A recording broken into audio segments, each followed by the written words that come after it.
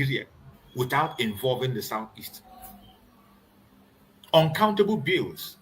They have borrowed money, share among themselves without involving the Southeast. They have shared so many allocations without involving the Southeast. They have done many construction, even when a person from Biafra land is in charge of that very section. Yet, they will never, ever include you.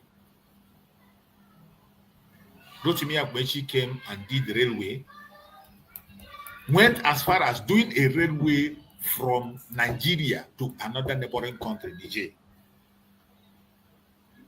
But that railway he did, which the money came from his own region, there is none that passed through his own area. He didn't pass through the Southeast. Neither did he pass through the area. Today, they are building their coastal line or whatever they call it. And in that coastal line building, their target is to destroy, first of all, the business of a Biafran. Even though some of these idiots we are talking about don't even recognize the problem.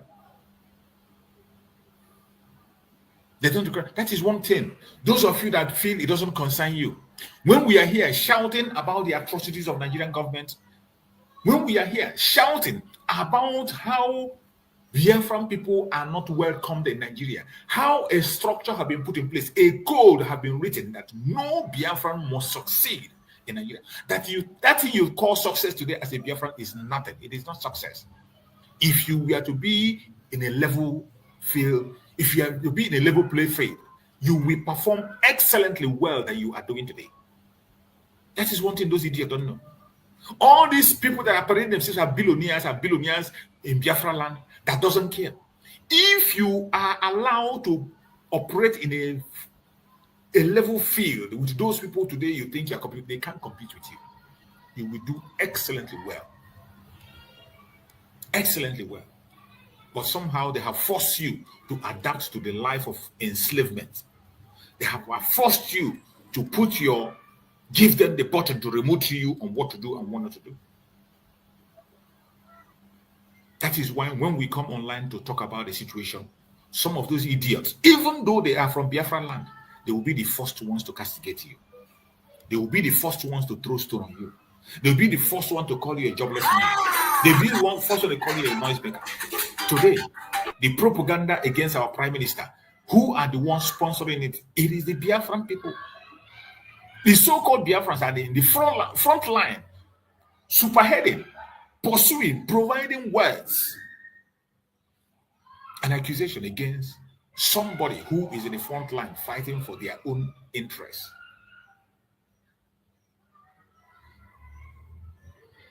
Well, but it's not new. We are not surprised. Many other countries face the same situation. So that will not stop us. It won't stop us. It doesn't matter what they do. We will continue to pursue the freedom of the Biafran people. We will continue to do what we have to do.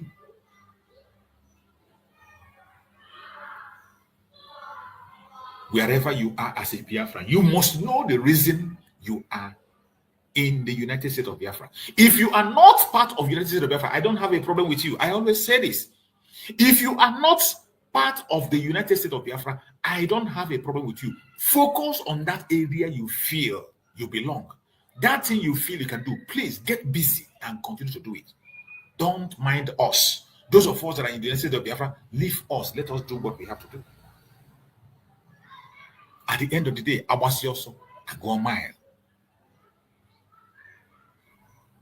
But for you not to be committed, even in the area where you say you belong, you're not committed. You're not doing anything. You're not doing anything. But the only thing you know how to do is to focus on getting the video of the operations and words we have spoken on our platforms, Biafran platform, and you use it for your own program. And you call yourself analyst. And I don't know what they analyze it. I can't just understand. You are simply telling people that you don't have a program. You have nothing to offer. You have nothing to offer. So if we don't speak, you wouldn't have a word to say. If we don't take a step, you wouldn't have a step to take. But fortunately, you can't stop us. We can't stop taking steps because of you. But I'm advising you to get busy. Just get busy. Look for something to do. Those of us in the United States of Biafra, we must focus on what we are doing. A lot of success have been made, and more is on the way. Today, sit at home is still ongoing. And I have told you, we have passed the era where we begin to advertise our achievements, and begin to advertise our actions. We have passed that era. We are no longer in era where we share wotos in everywhere. We begin to share woto. We begin to share this. Oh, look at our Liberation Army. Look at this. No. We have passed that stage. We have passed that stage. In case you don't understand, today we are in a very serious diplomatic stage. A very serious diplomatic stage. And every single step you take or word you say matters a lot. That is why the government is being very, very careful, and they choose what to do. We are now a sovereign state, the United States of Biafra, and we cannot be an island. If you are seeking for recognition, there are certain things you must not do as a country. There are certain things that is expected of you as a country. And other countries of the world will be watching. They are watching us to see what we are doing and how we are doing it, how we are carrying out our daily activities. So you cannot be seeing a lot of things online this time. You cannot be seeing a lot of things online. Our deputy prime minister is not like our prime minister who is online on a daily basis. Our deputy prime minister, as you know, is a mother, a woman, and she has other responsibilities also, and she has, to an extent, what she can do. Unlike our prime minister, then, a man, a politician, who resigned into his assignment and focused on Biafra, single-handedly, alone. And the kind of energy he has, he can broadcast 3-4 times a day, each for 4 hours or 3 hours. So, today it is not the same. We are now in a country. Everything that is done today is done diplomatically, intelligently, and carefully. It is a different ball game. Understand it and know peace. Because of the lack of understanding, that is why some of us are expecting to see something that is not obtainable. There are some certain things that you can never ever see in this government. And when the government started, this warning was given by the deputy prime minister. Deputy prime minister continued to say, we are now in a government. We are now in a government. She started by decentralizing the Liberation Army of Biafra. They are no longer clustered in one place. They are no longer clustered in one place where you begin to target them, where you begin to do this. No. The decentralization was done. The 40 states began to establish their own bases. They had their own bases, and every military there are there to protect themselves. And the instruction was given. Even though that instruction started from the time of Nnamdi Kanu. I could remember during the time of Martin Nnamdi Kanu, when he formed the ESN. At a stage, Martin Nnamdi Kanu banned everybody from taking any picture or video of the ESN whenever they are on duty. Martin Nnamdi Kanu, on a live program, banned it. He banned everybody, including members of the ESN. Don't cover yourself with the video or picture anytime you are in an operation. We don't want to see it. Master Simon also gave that order at a point in time. Until when we came to this stage, Dr. Ngozi Orebeze cemented that order. We don't have to advertise what we do. We don't want to impress anybody. The primary objective of Biafra government is to protect life and property, period. How we do it, how we carry it, how we do it, you don't have to show it to anybody. Don't have to. It is a strategy that is within us. Go ahead and do your job. When Dr. Ngozi Orebeze gave that advice, some of them misunderstood it. They didn't pay attention, and they paid a heavy price.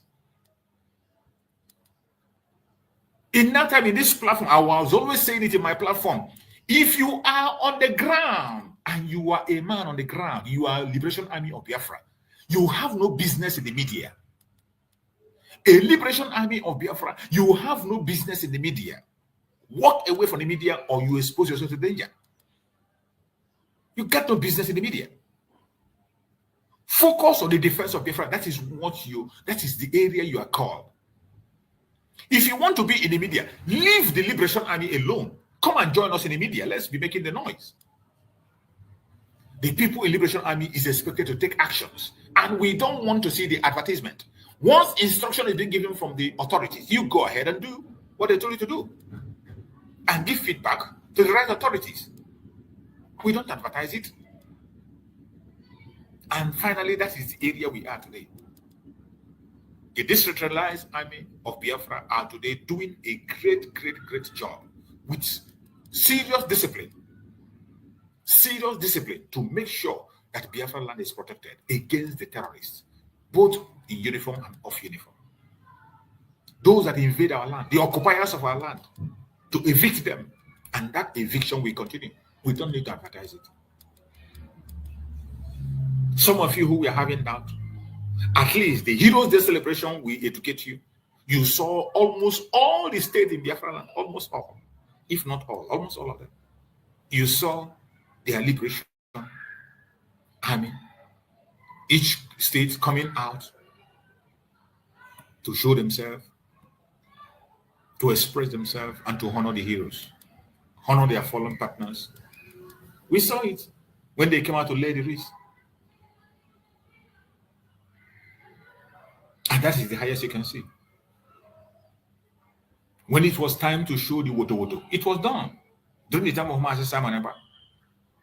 It was time to prove. We have proved everything we have to prove. It no longer. Today we are much more focused on the diplomatic recognition of Biafra. That diplomacy is where we are. And I thank every Biafran who are supporting in one way or the other, making their contribution. I appreciate everyone that participated in last Saturday's fundraising. Last Saturday fundraising was amazing. I thank every Biafran that participated.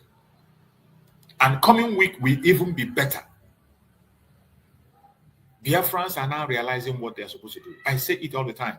Put your money where your mouth is. And the only place our collective mouth is today, United States of Biafra.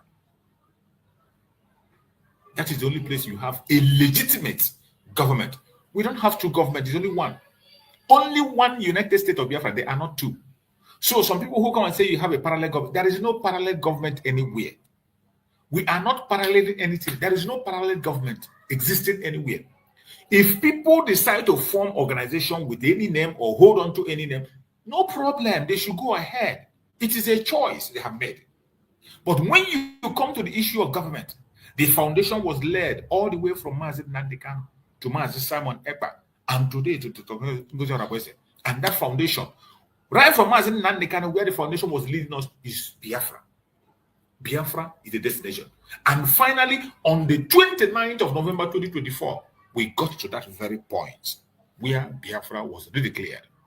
And from then onwards, we became the United States of Biafra. And the United States of Biafra has only one government. They are not two. Only one government. So sometimes I don't know where they get the idea of parallel government. There is no parallel anything. There is no parallel anything. You can go and watch the celebration that we did on the 29th of November, the convention. I play it every day. Today, I also play that convention. You go to that convention, you will hear Dr. Ngozi Oronigwe, the COS then, what she said, that from today onwards, on behalf of our Prime Minister, Mazi Simon Ekpa, that she declares that we now become a sovereign state, United States of Biafra. So, why are you going back to yesterday? Why are you forgetting that? And now that we have many people watching, okay, now let us listen. Let us listen what transpired on that day. Just a brief of what transpired that day. Let's watch. Plain to see. If you want freedom, take pride in your country. If you want democracy, hold on to your sovereignty. And if you want peace, love your nations. Wise leaders always put the good of their own people and their own country first. The future does not belong to globalists. The future belongs to patriots. The future belongs to sovereign and independent nations who protect their citizens, respect their neighbors, and honor the differences that make each country special and unique. It is why we in the United States embarked on an exciting road. Now therefore,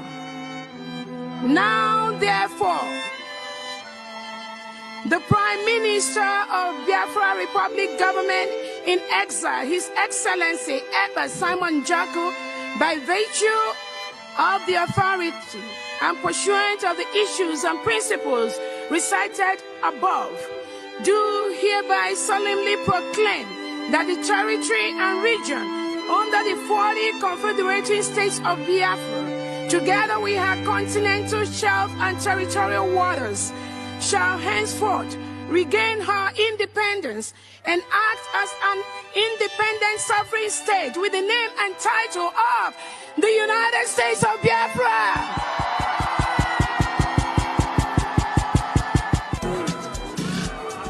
Thank you. We have heard of all the grievances that have been read here today, the untold hardship of our people that they have gone through, the lives that the lives that have been lost, the lives that we are still losing. As a member of cabinet, I stand here to affirm, on the basis of the grievances and of the referendum, for our forefathers, for this generation, for the next generation to come, I affirm the declaration and restoration of the United States of Biafra.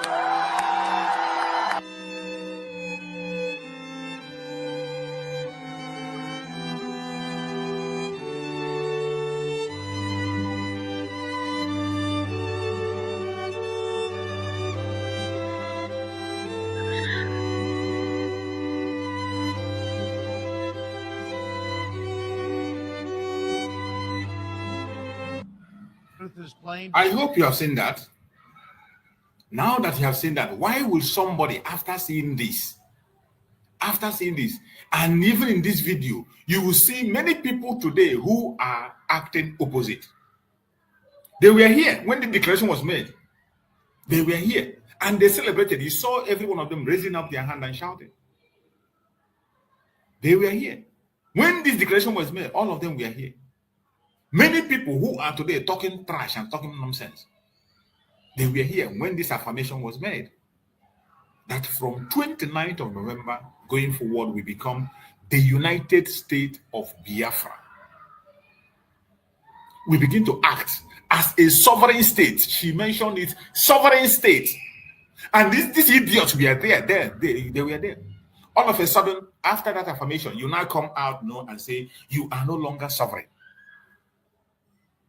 You can now come and say, you are no longer an independent state of Biafra. You are no longer United States of Biafra.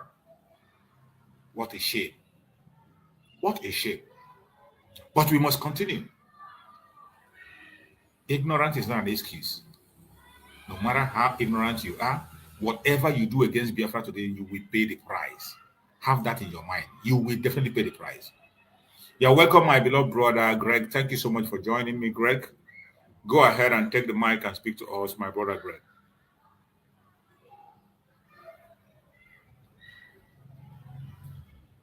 Bro, Greg, are you there? We can hear you.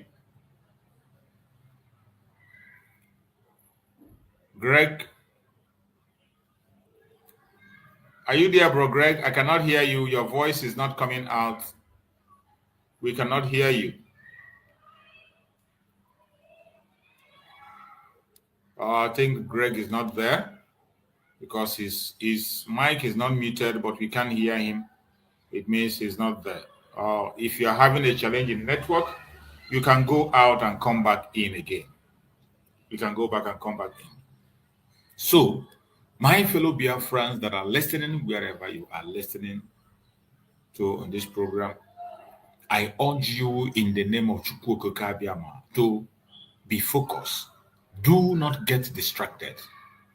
Don't allow anybody to distract you. They are going to try as much as they can to distract you, but don't allow distraction. We know what we are doing. We know where we are going. And the only reason that you'll be distracted is because you don't know why you are fighting for freedom.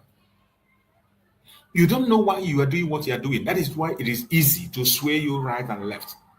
But if you know why you are doing what you are doing, nobody can be able to deceive you, confuse you, or push you around. As I always say, my purpose of being in this struggle and continue to come online every morning is not because of Mazen Nandekano. It's not because of Mazen Simon Ekpa. It's not because of Dr. Ngozi Orebeze. It is because of our collective interest of the freedom, because of our generation unborn. This is an assignment that belongs to every one of us. It is because of our life together. That is why I come on live today, every day. It is for my own sake, for my life. I'm not just doing this because of Dr. Ngozi Orebeze. I'm not doing it because of Mazen Nandekano, Mazen Simon Ekpa. It is because of our collective interest to save life. I know my life depends on this. If I live, I'll die. It depends on this. So I have to fight for it the best way I can. That is why you cannot confuse me. And you yourself, if you are here on your own, nobody can confuse you. But it's unfortunate, some of us are here because of their friend, because of their brother, because of their sister, because of their benefactor, because the person who is in charge is from your village, because the person who is in charge is a woman like you, because the person who is in charge is a man like you, because the person who is paying your house rent is there. That is not enough reason for you to. If you are here because of that reason, once that situation changes, you will run away and you begin to talk rubbish. But if you are here for freedom, truly, for your own freedom, no man is going to deter you. Nobody's going to push you around. You will have answers to every question that it comes. You won't allow people to push you. No bribery will catch you. No confusion will get you. That is why you first of all have to look back and think, why are you doing what you are doing? When you have a good reason, within yourself, sincerely, you find the reason why you are doing what you are doing. You will do it until thy kingdom come. My brother Greg, try it again. Let's see, my brother Greg, if you're there. Go ahead and unmute yourself. Hello, Maz. Good afternoon. Am I coming out? Yeah, we can hear you now. Go ahead, my brother. Why? Yes, thank you so much again today as we celebrate the sit at home in Biafra land. And today we are at home for the holiday of the Pentecost Day.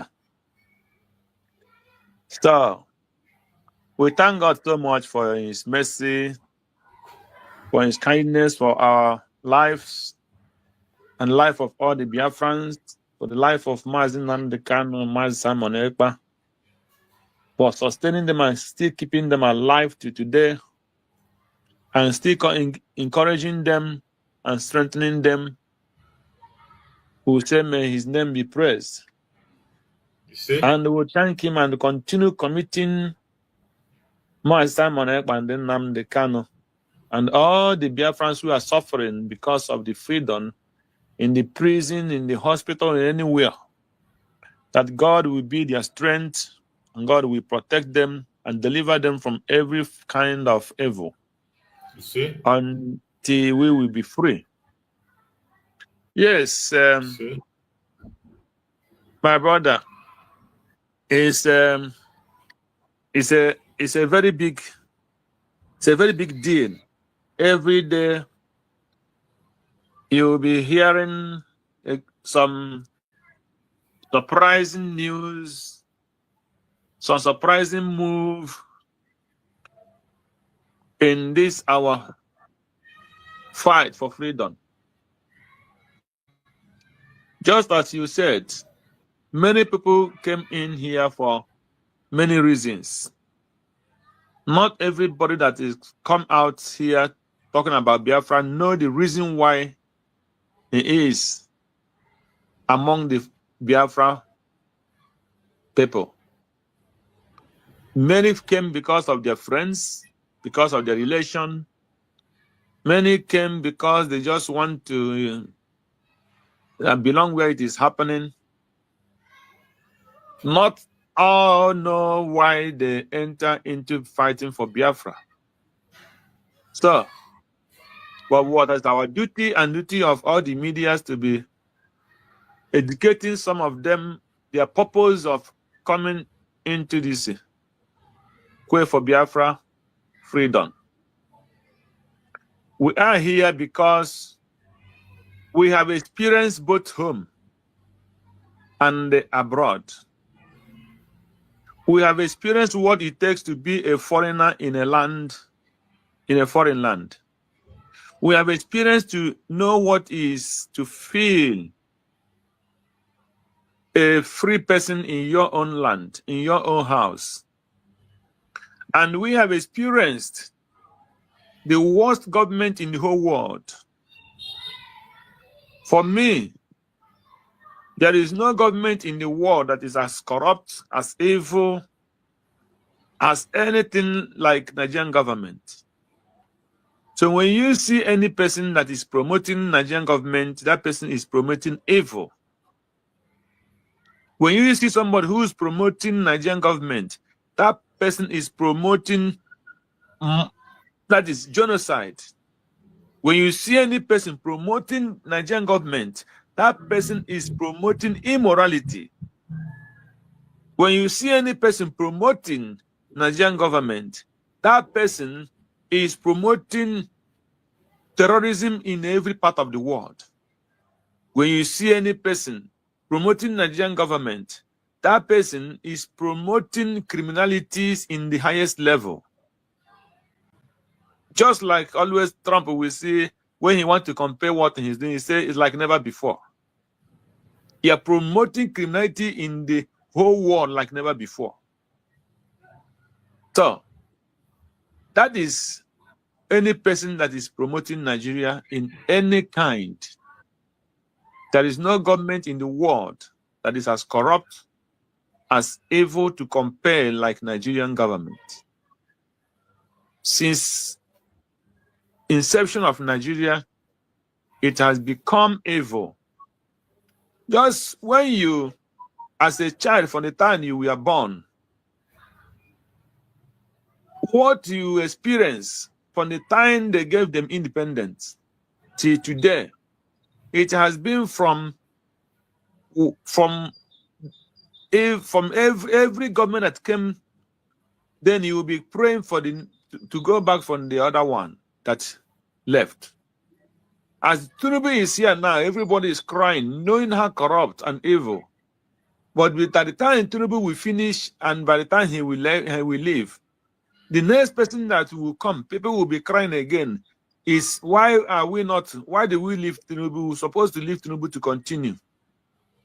So Tinubu is here now. People are crying and saying, Buhari government was evil and corrupt and hardship, but it was not as it is now. Before Buhari came, everybody was talking about Jonathan and Yaradua. Before Yaradua came, everybody was talking about Obasanjo. When Obasanjo came, people were saying, if this is democracy, why didn't we allow Abacha to continue? Before Abacha came in, everybody was saying, at least Bangida was chop and chop. Before Bangida came in, everybody was saying, Buhari was disciplined. Before Buhari came, the first republic, or before this thing, everybody was talking, Shagari and the Kwame government was the best. So that is when you continue going on and on and on and on, you see that anything that comes, it becomes worse because the hand of God is not there. God did not prepare Nigeria. God did not institute Nigeria.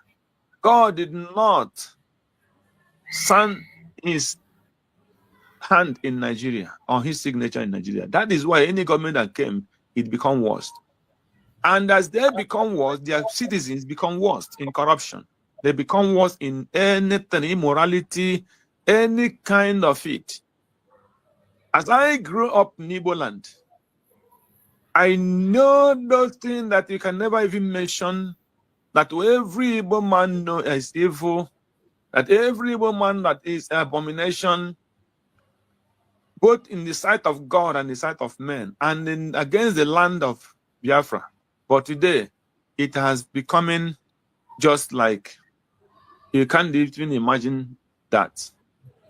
That to show you the way the government make everything in Nigeria to deteriorate to the worst and worst and continue going worse. And that is how the human beings are.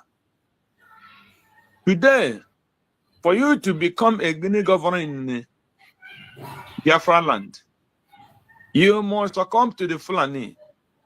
You must agree to kill your people. You must agree to go contrary to anything Christianity. You must agree to go contrary to anything morality. You must agree to go contrary to anything traditional of that Biafra land. You must agree to do the beat of the Fulanis from their what do you call them, Sadona of Sokoto and all of them. You must agree to allow the Futajalon to flow to your region. That is the only way. From the local government chairman to the governor, from the senators to the commissioners, from the commissioners to the house of whatever. That is what you must accept. If you like it, you take it. If you don't like it, that is your own business. I always come here and ask, tell me one bill an Eastern politician or Southern politician have passed for the favor of their people. If you start from the people that call themselves South, tell me one bill they have stand on their feet and pass it for those Niger Delta that is their land have been wasted, that their land have been destroyed, their water destroyed. Tell me one bill in the Southerners, the South, as they call themselves, have passed in the favor of those people. Not even one. Tell me one bill that they have passed in the Eastern politician, the one that called them the Eastern Nigeria, the 5 Igbo states. Tell me one bill those senators have passed in the favor of those people that they're representing. Not even one. So, the same thing is what is happening in every aspect of it. So, what do we expect? And as they carry on, they continue using the common people. They make things to be so difficult that when they give you 1 naira or 2 naira, you will start clapping hand and you'll be saying, Ozodimma, Ozodimma, Ozodimma kaigeso, Mona jeje, Mona lala, Ozodimma kaigeso. Today, Ozodimma, who promised the Imolites that he will get in Canada job, in America he get them jobs, up to 4,000. Nobody is calling him and interviewing him. How many jobs have you given to all those youth in Canada, in America? How many jobs have you given the Imolite in Imoland? Not even single one. So that is why when I start listening to what our people is doing, and why when they ask them to sit at home to fight this battle once and for all, some people will be fishy paka. Why must it be? Because the government make things to be so difficult. So that whatever they will tell you, if you did not open your shop on Monday, hunger will kill you and kill your family. But Soludo was there as a governor. All those senators was there as senators and commissioners and the ministers. And now that they come and close a section of shops over 3,000 shops. When a shop is over 3,000, you know how many if that place is not comprised more than 1 million people that is trading in that place, and that shop was closed for over 3 months, and the governors and all their these things keep quiet, and they were stealing money from those guys, destroying their goods, stealing their goods, and after that they forced them that they will pay $700,000. Where somebody closed, kept he and his family hung on hunger strike for 3 months, and then he imposed them to pay 700,000 naira before they can open their shop. and all those people representing you, all of them keep quiet. But when they tell you sit one day in a week to fight for your freedom that will last for ages to ages, that will make you not every time you go 3 o'clock in the morning to go and stand in American embassy, 3 o'clock in the morning you go and stand in German embassy, in a French embassy, looking for visa. And they will treat you like an animal if you go to that embassy. Sometimes the police will flog them. Sometimes some will die in accidents. Sometimes some they will lose their money on the bus, on whatever, because they want to go and look for visa. And they ask you, sit in your business, close your shop for one day. Let's do this thing once and for all that you will enjoy, and their generation will not go through what you are going through. And it become a problem. They will tell you you are living abroad. Things are okay there. Who will tell you that things are okay here? If things are okay here, why are the people living here being in the forefront to fight for that freedom? If things are okay in America, why are the people in America fighting for that freedom? So that many of us will go home. And those who have buy a place to where they will bury them, where they will live in the Western world and abroad. And those who know the value of life and those who know the value of their ancestors will go home. So that is the point. So my brother, when you look into what is going on, you will be asking yourself, why are our people so easy to be deceived? Why are the Biafrans so easy to change their mind? Because of money and interest. Because they are not satisfied. Because of their greed. The governors and the politicians will be turning their mind and their brain like toys. Today we are facing people whom we are fighting, who say come together and say we want to fight for freedom. Not knowing that government planted some of them to come and destroy what the Biafrans are doing. Today, Simon Ekpa is facing terrorism charges in Finland for not doing anything. Nnamdi is facing terrorism charge in Nigeria for not doing anything after kidnapping him. Many people have died because of the fighting for freedom. Nigerian government continue killing people, killing the Biafrans because people are fighting for freedom. And people will see all those things. And they will still go and accept money from government or from any whatever individual just because of they are greed, unsatisfied. So that is what we are saying. Today, somebody who calls himself APM or whatever, his picture is flowing around in Nigerian bush or in Biafran bush. Who knows what he went there to do? A freedom fighter that come in and tell people on the air that you have billions of business worth billions in Nigeria. The country you say you are fighting to come out from, and you come and tell us that you have you're worth over billion in that country. So no wonder we can see your picture on the screen today that you are in Nigerian bush. Who know what you want to do? You have tried to capture the people in abroad. You did not succeed. Now it is on the Biafra Liberation Army and Defense. So my destiny is to use this opportunity in this medium to warn every Biafra military soldier who is opening up to this man that came to Nigeria.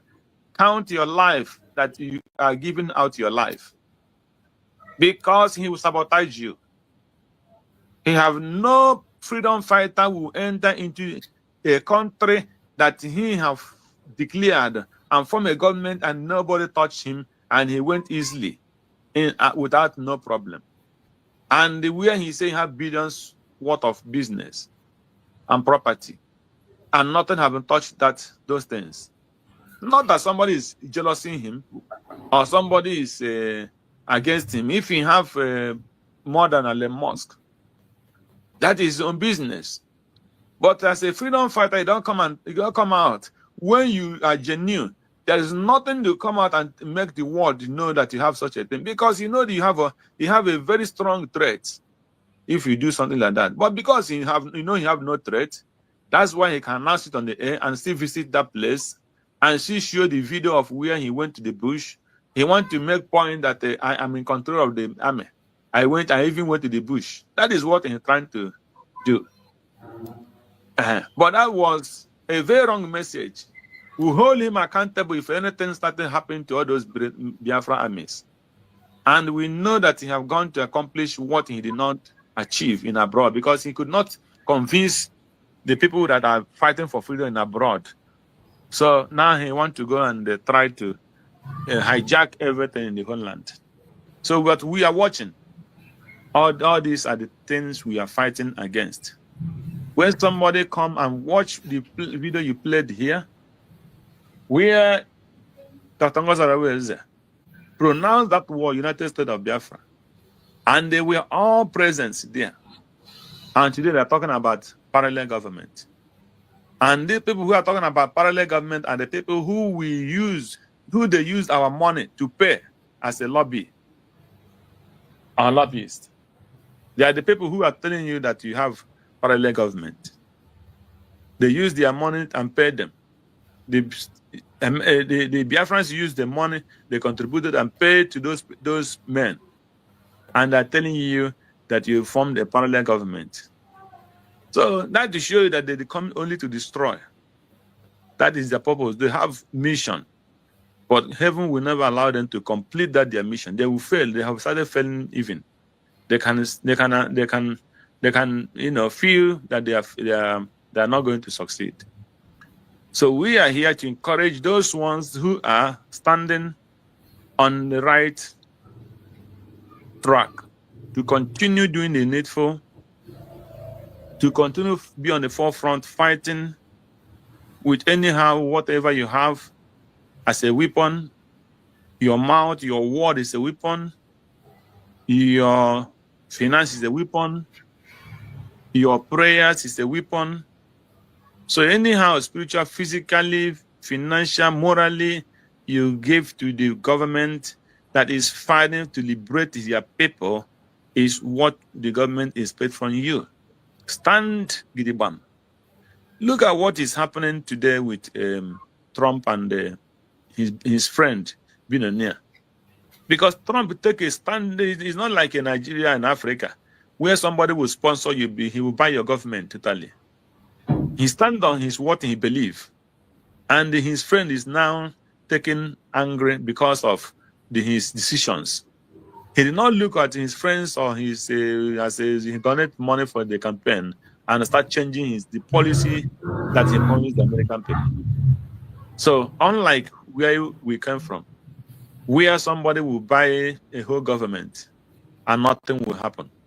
Look at what they're using Dangote truck, killing people every day, using Dangote truck, transporting terrorists. Nobody has called Dangote for questioning because of his interest and their interest, not the interest of the common people who are dying every day. So I think it's time that people start learning and knowing that your yes must be your yes and your no is your no. And that is the only thing that can bring us to where we are going.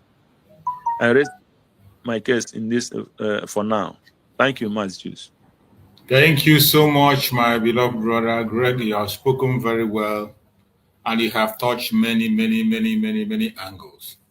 Some of the angles you touch, I saw them, but sometimes I intentionally ignore certain things because I don't want to get myself involved into their nonsense, propaganda, and advertisements.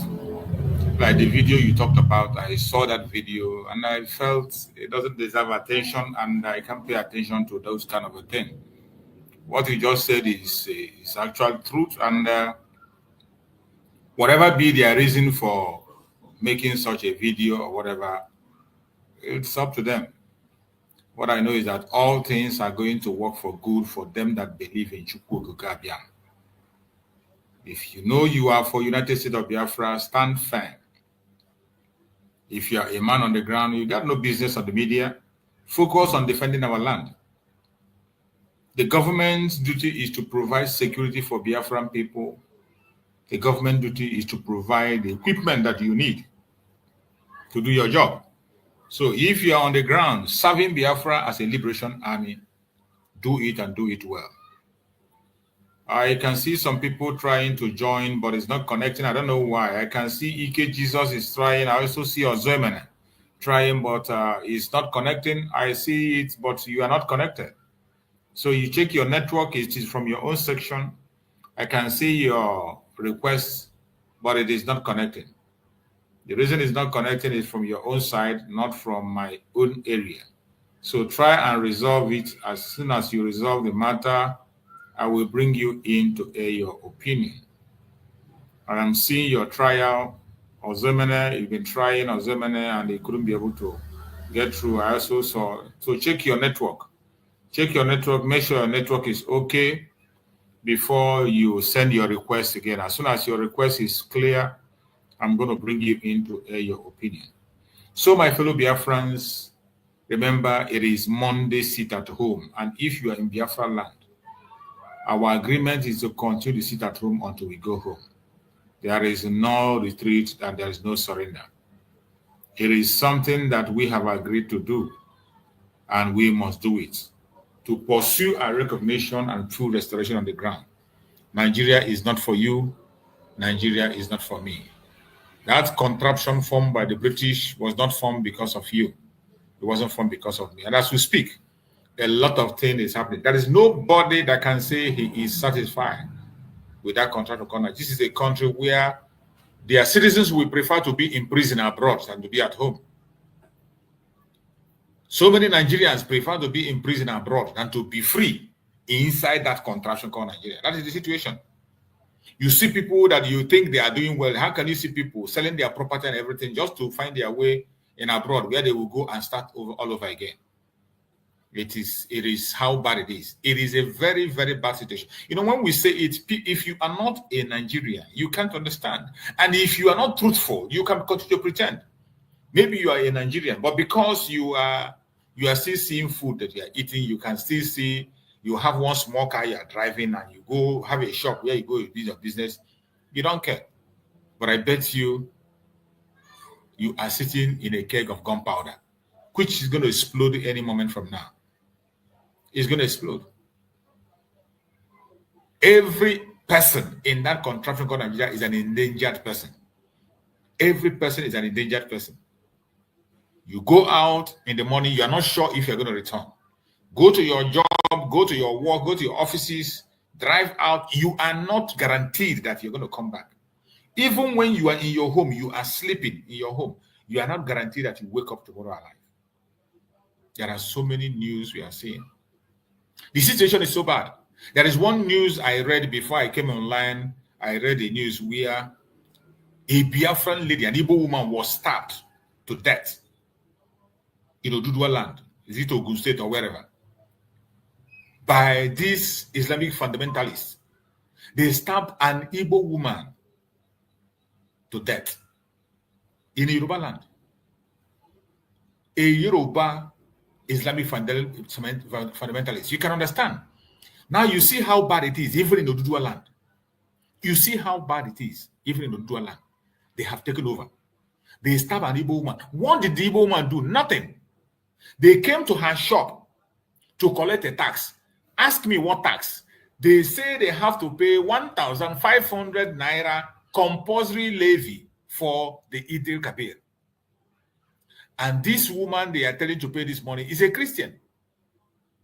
They came to her shop to collect 1,500 naira. For what?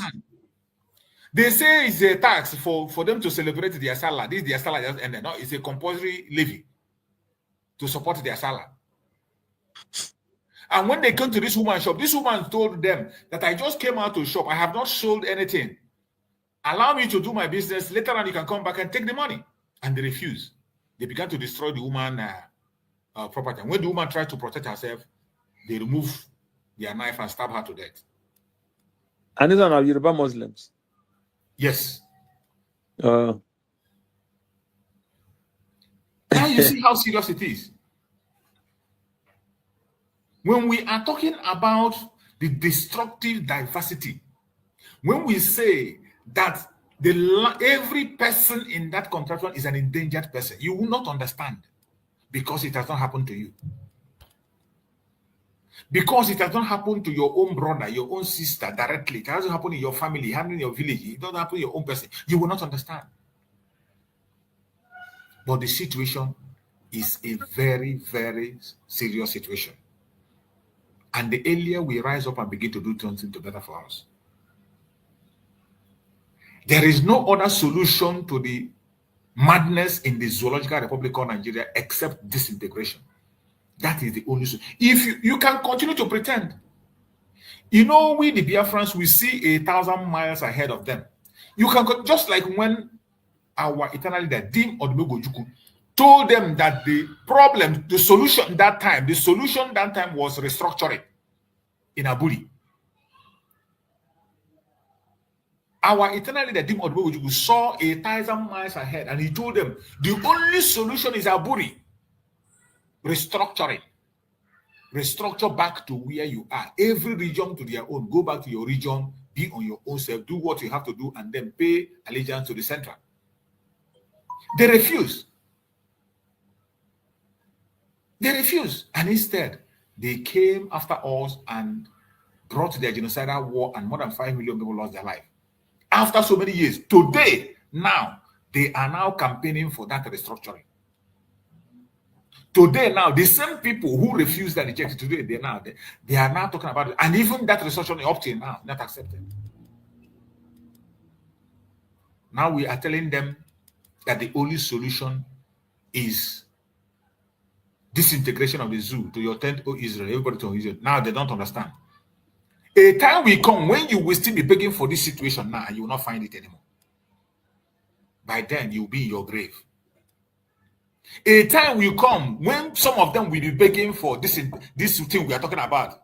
This thing we are talking about today. If not that we are gone, because of our own, we are gone already. Those of them who are still in that Nigeria, a time will come when they will be begging. By then, when after the contraction called Nigeria have been handed over to Islamization completely, when it has been clearly, overwhelmingly done that it is now one religion, Islamized, then you will now begin to cry for this thing we are talking about now. This thing we are talking about now. This disintegration we're talking. You now begin to cry for it. Oh, let's South go. Then it will be too late. And then it's too late. Just like Gowon is talking jargon. Exactly. Then it will be too late. You know, he said the Biafran war was not his making. Whose making was it? He got opportunity for Aburi Accord. He refused it.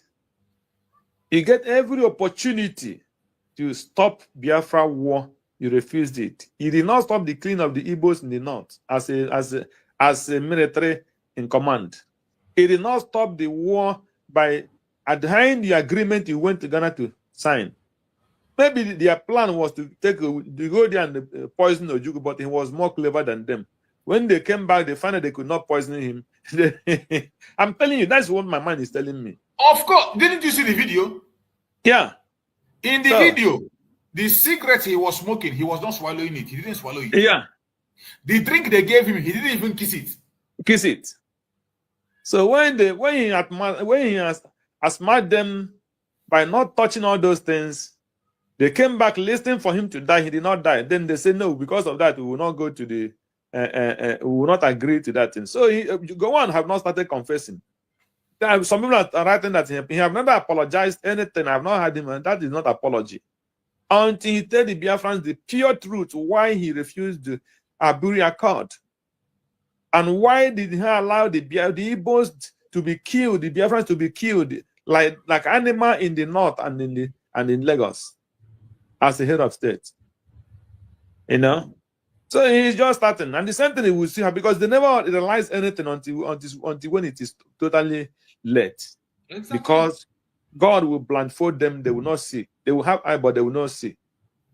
So that is the thing. Today is touching his land, even though he doesn't care that killing the Plateau. I think they say he came from Plateau. He doesn't care if his people are dying. Because I've not heard him spoken out one day about the killings in Plateau. Yeah. Out of shame, what is he going to say? Yeah. You see? What is he going to say? He is the main instrument that was used. He is the main instrument that was used by the British to create the chaos that is now. This chaos he has seen. See. So when he was signing up for those things, he didn't know he was signing up the life of his own people. Of his own people. And our eternal leader told him, you will be alive and see the same thing you are doing to Biafrans, your own will be double and triple. Yeah. He's seeing it today. See.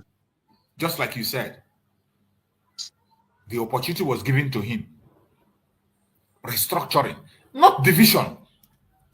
Our eternal leader was talking about a better Nigeria, not division. Restructuring, everybody on their own region, then pay allegiance to the center. He rejected it. Not only that he rejected it, and at the same time, he could not stop the pogrom. Yeah. He could not. They keep on taking the life of our people. They keep on committing their genocide against our people. He didn't stop it. And you don't also want to put on the decentralization. Then you want Ojukwu to fold hand and continue to watch you put the corpse of the Igbos and put them in the trailer and send back to Biafra land. And somebody will watch it and fold hand, will not fight. Only an idiot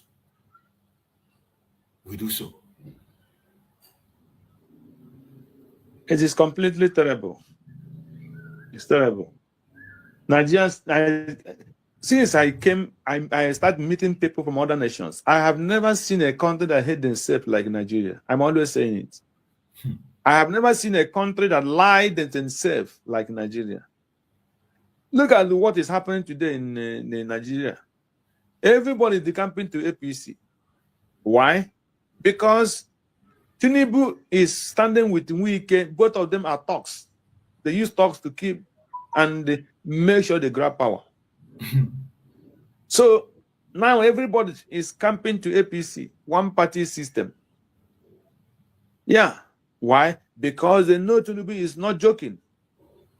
He can wipe a whole nation to remain in power. It's not his business. He can destroy his opponent at any time to be in power. He don't care. So that is what is happening. Many of them are afraid. They know. Because this is the only government that come. Even when during the time of Abacha and Bangida, people were criticizing them openly without fear. Tell me this Buhari Tinubu administration. Tell me one governor that is standing against him. Not even one. No single governor challenging the government of Tinubu. Because he operates with everything that will destroy them. So they are all afraid. Instead, they're campaigning to APC. You know, that is the kind of government they are running in that evil contraction. So any person that is still sitting on the bench, not coming out to do something to make sure that that our people go free, that person is deceiving himself. That person is deceiving himself. And I always say, show me any news every day you come out for the past 3 years or past 4 years. One day you open Nigerian news and you not see how many that were killed or died. Just think about it every day. You know, every single day you come out, you open any news in Nigeria, what you will be hearing is only evil news. Only evil news. You can never hear anything that did not take life. You cannot hear any news where they did not take life. Out of that 36 states, as they said, you cannot stay in that, go out of those 36 states. There must be many that lost their life, either from terrorism or out of government or police, army or whatever. It's a must. You must read a news that will shock you for the past 4 years. So And that is the country that people still want to remain in. That is the country. Look at your brother Obi. He's telling you that APC is destroying a Labour Party. So that he is not weakness. He is not weak. He's acting out of morality. He's not weak. See, if you are not weak, you go and sit down. If you don't have, then the Nigerian game don't care about your morality or not morality. It does. You are talking about morality in Nigerian politics. In Nigerian politics. Morality in Nigerian politics. It's not possible. You know, it's not possible. You don't talk about morality in Nigerian politics. Virtual, whatever you call him, you know how to speak Oyibo. You want to go and compete. It is not in that. Tinubu and Wike with morality. You see? Okay. So any person that why must somebody be deceiving himself? You can never get it out of that whatever you call yourself. Even to the level you are as a businessman, did you go there with morality? Did you get billionaire, a billionaire? Did you become a billionaire in Nigeria with morality? It's 100% lie. So who are you deceiving? You see? So let's assume that you repented now, you want immorality, but your morality can never beat the immorality that is ruling Nigeria. So you better go and sit down and stop causing the killing of your people. Yeah. I was asking somebody here. Now you people have started the bidding again. So have you settled the people that they paid last election? Have we discussed on what have he done? Have he fought for the right of those people that they acquired during that election, the property that were destroyed? Or this time he's coming 2027, they will not destroy those people again. And who will fight for them? If he not fight the first one, is the second one that he will fight? Because if you come out again, this will be like your last chance of coming out as a president. Let me just assume like that. So, yeah. I did not fight for those people. And they are coming out the second time. When you come, they will give it to you. You are the best moral man in Africa. They will just carry it and give it to you. I beg, it's terrible. It's so shameful. It's so shameful. It's so shameful. The only thing is to end it all. And I want to play a video to show you the mentality of people in Nigeria. Nobody wants to be in that country, even those who pretend. Some of them prefer to be in prison abroad than to even be in Nigeria. Let's hear what the people are saying in the street of Nigeria. Yes, for having today, I don't go. I want to relocate to Canada. If you had the power to choose your country of origin, would you still pick Nigeria? Or would you take your chances somewhere else? Maybe Canada, the UK, or even Ghana? Today, we are taking it to the streets to hear what Nigerians really think. What makes a country home? Is it the economy, the vibes, the freedom, or just peace of mind? Actually choose countries probably in America or in Europe. Right now, I'm actually coming from the passport office because I want to relocate to Canada. So I think Canada for now. Because Canada, other countries, other continents like the America and the Europe are far better, well developed. They are far better than the African continent, especially Nigeria. So they are 100 times better than Nigeria at the moment in terms of infrastructure, healthcare, education, and they live long, longevity. Yeah, we have a whole lot of pollution here, corruption, a whole lot. We're just behind the green line here in Nigeria. So everybody wants a better life. So we need to migrate to a better place. US, of course, US. No doubt. For having today, I don't go. Because the world over, we check the economy. The economy of US, you can't compare it to any other part of the world, not to Africa. So why would I not choose US? As we speak now, our education, we don't even know it's at the comatose. So, but compare, contrast US. You have the ability to travel, your educational wise, you school, you're okay, your certificate is genuine and profit oriented, economy wise, and what have you. So why would I choose US? Opportunity once you are done with your education, then job is everywhere looking for you. So that's it. But there are more people, there are more populations there, and it's a good country, it's a good place to be.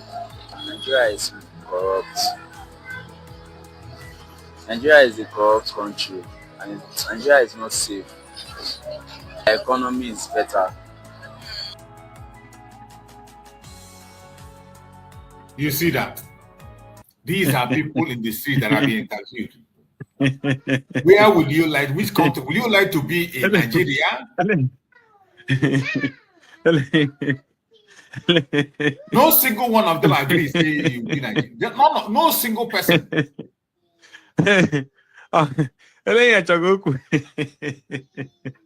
Imagine. But my problem is not that they want to live in America and New York. My problem is they say that Nigeria is corrupt. But the point there is, majority of us who left Nigeria and we are living on this country that is uncorrupt, but we are still corrupt here. Even though we came into the land that we are not corrupt as Nigeria, but that corruption that is in us is still remaining in us. We don't want to change. You know? So if you take him to Canada, he might not still change. He might still remain in corrupt mind. If you do any business with him, he will lie. If you give me any opportunity, he will lie. You know, so it's not changing listen, to the Canada. Who want to be in who want to suffer? Nobody. It is so funny that when people talk, you want a better thing, but when they tell you the process to get that thing right, you will not agree. That is the thing. Every one of us agree that the country is not working, will never work, and can never work. Now the solution have come on how it will work. Decentralization. Just disconnect that very country. Let every man go back to their base. It doesn't have the country the courage according to tribal lines, just like other countries of the world did their own. Do not put us together with people we don't have interest with. Divide the country according to people of similar value system. The more you continue to put people that have different value system together, you are going to be creating a clash of interest. It is just a question of time, it will explode. Sure. The debt and insecurity you are seeing in Nigeria today is because of clash of interest. And the frustration. Once you divide this contraption now, there will be no clash of interest. The Fulanis, we know that the only place they need to migrate is within the Arewa zone. They don't need to throw bomb or fight the people in the other region to enter there because they know it's a no-no. Within their region, they will begin to parade because even when they said in their grazing, in open grazing, the grazing route that was created from on time when they were doing their grazing, when they tell you grazing route was only created in the northern part of Nigeria. There is no grazing route in the southern part. It's only in the northern part of Nigeria. Yeah. So if the country is behind, even if they decided want to continue to carry their cow up and down and walk around, they go back to their grazing route that they had before. But because you are putting us together with people we don't have the same interest with, they are pursuing to protect their religion, they are pursuing to protect their cow, things that are not obtainable in our region. So the only way to solve this solution is to make sure you take them out and take them out for good. And another thing is this: if they divide Nigeria today, it will benefit the North. Number one is this: when you come and you check every country where terrorism is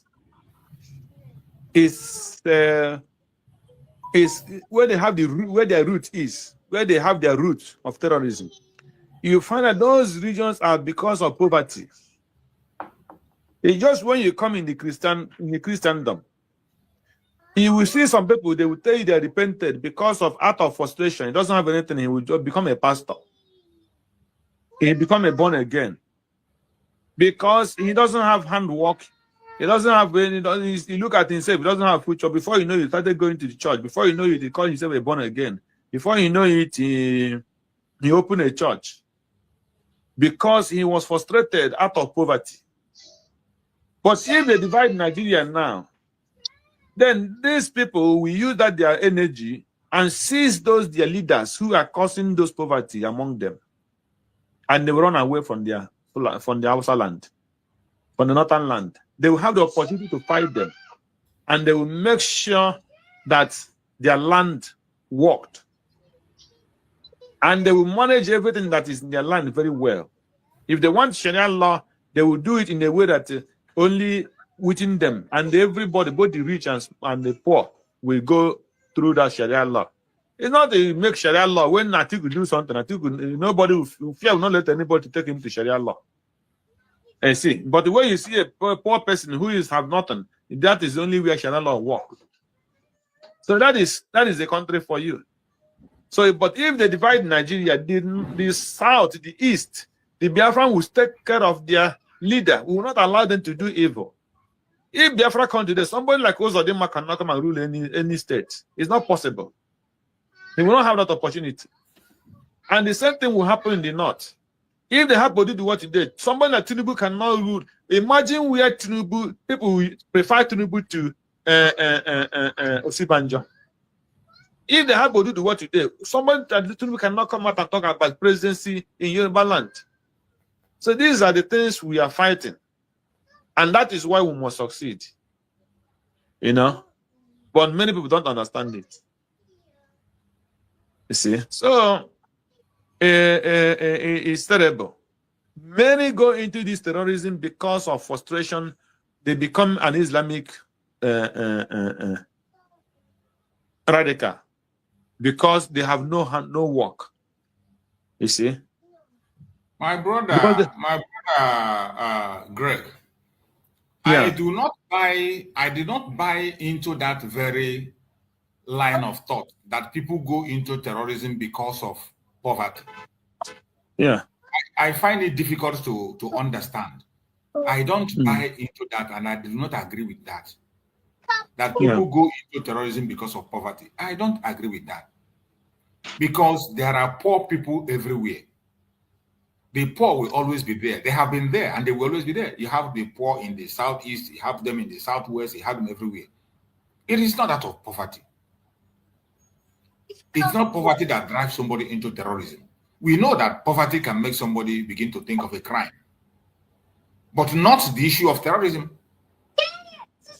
Because when we talk about this driving into, you can see the amount of money that these people, when they brought the amount of money that these people have already collected from people, the amount of people that people have collected through their terrorism, either by paying ransom or the one that the government gave to them willingly.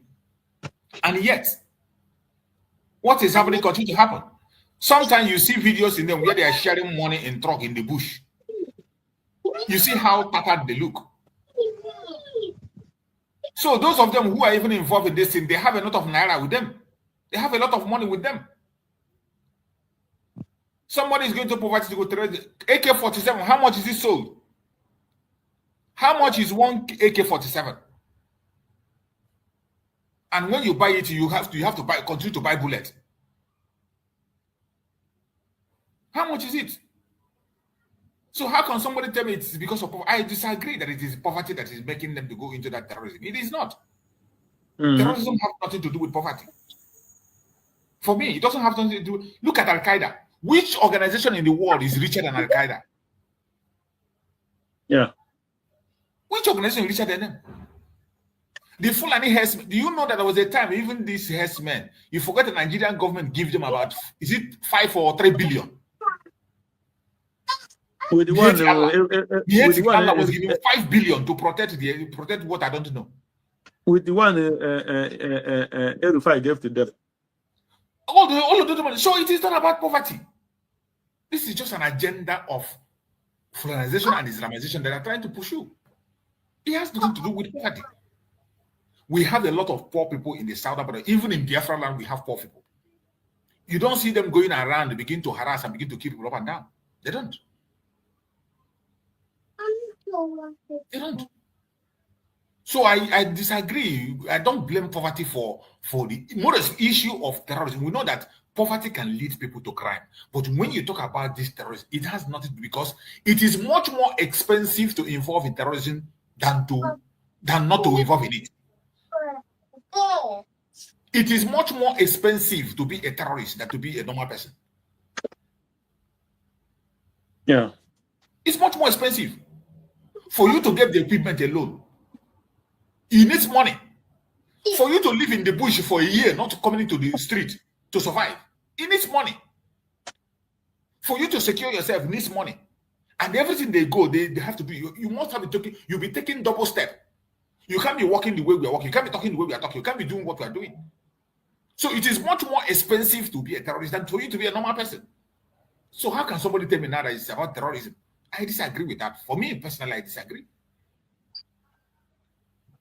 Ozemena, you've been coming in and out. I don't know what's wrong with your network. Ozemena, you can speak. Let's hear you. Can you hear me? Yeah, I can hear you. Go ahead. My brother, this is Chukwumobin Solomon, your brother from where we never broadcast on Facebook. Long time. Where have you been? Hello? Hello, I can hear you. It's been a long time. My brother, poverty, the worry person here. We are in a Bongo now, so my system got bad now, so I don't feel there's money to purchase another one.